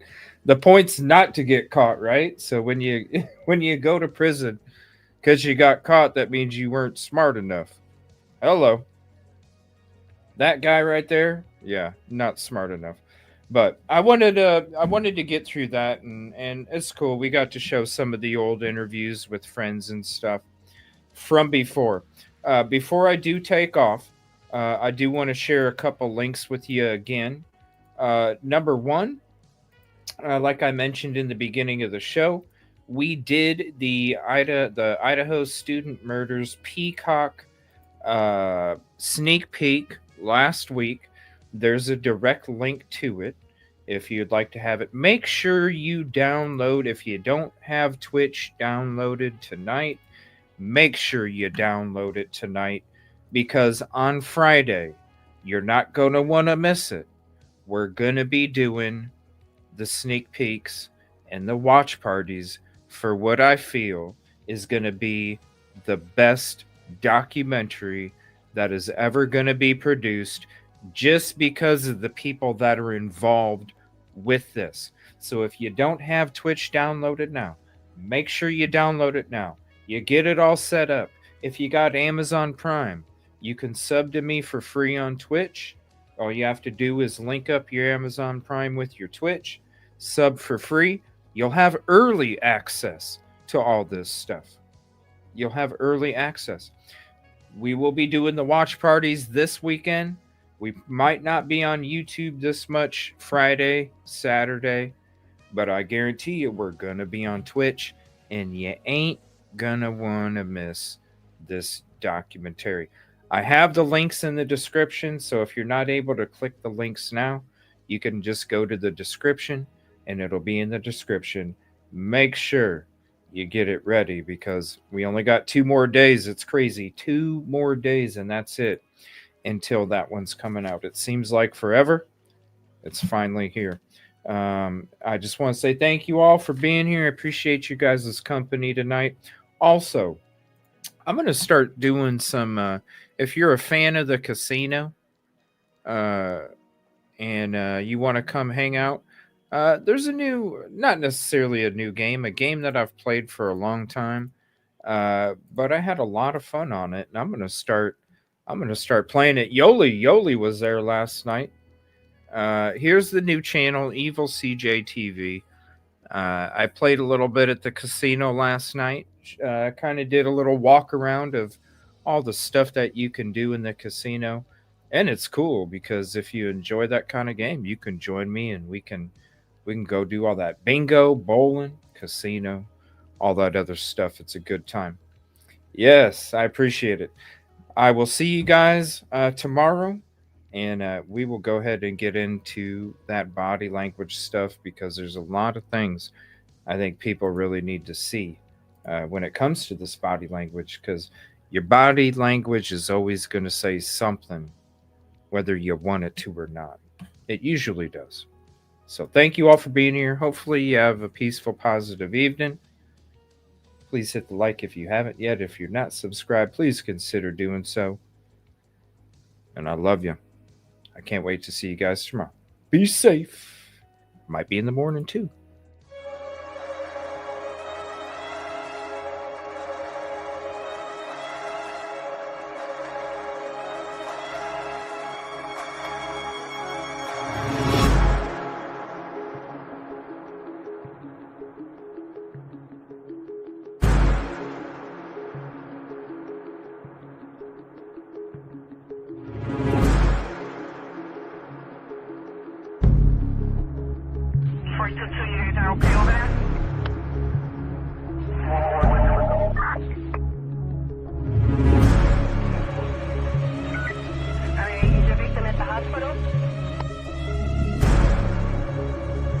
Someone shot there.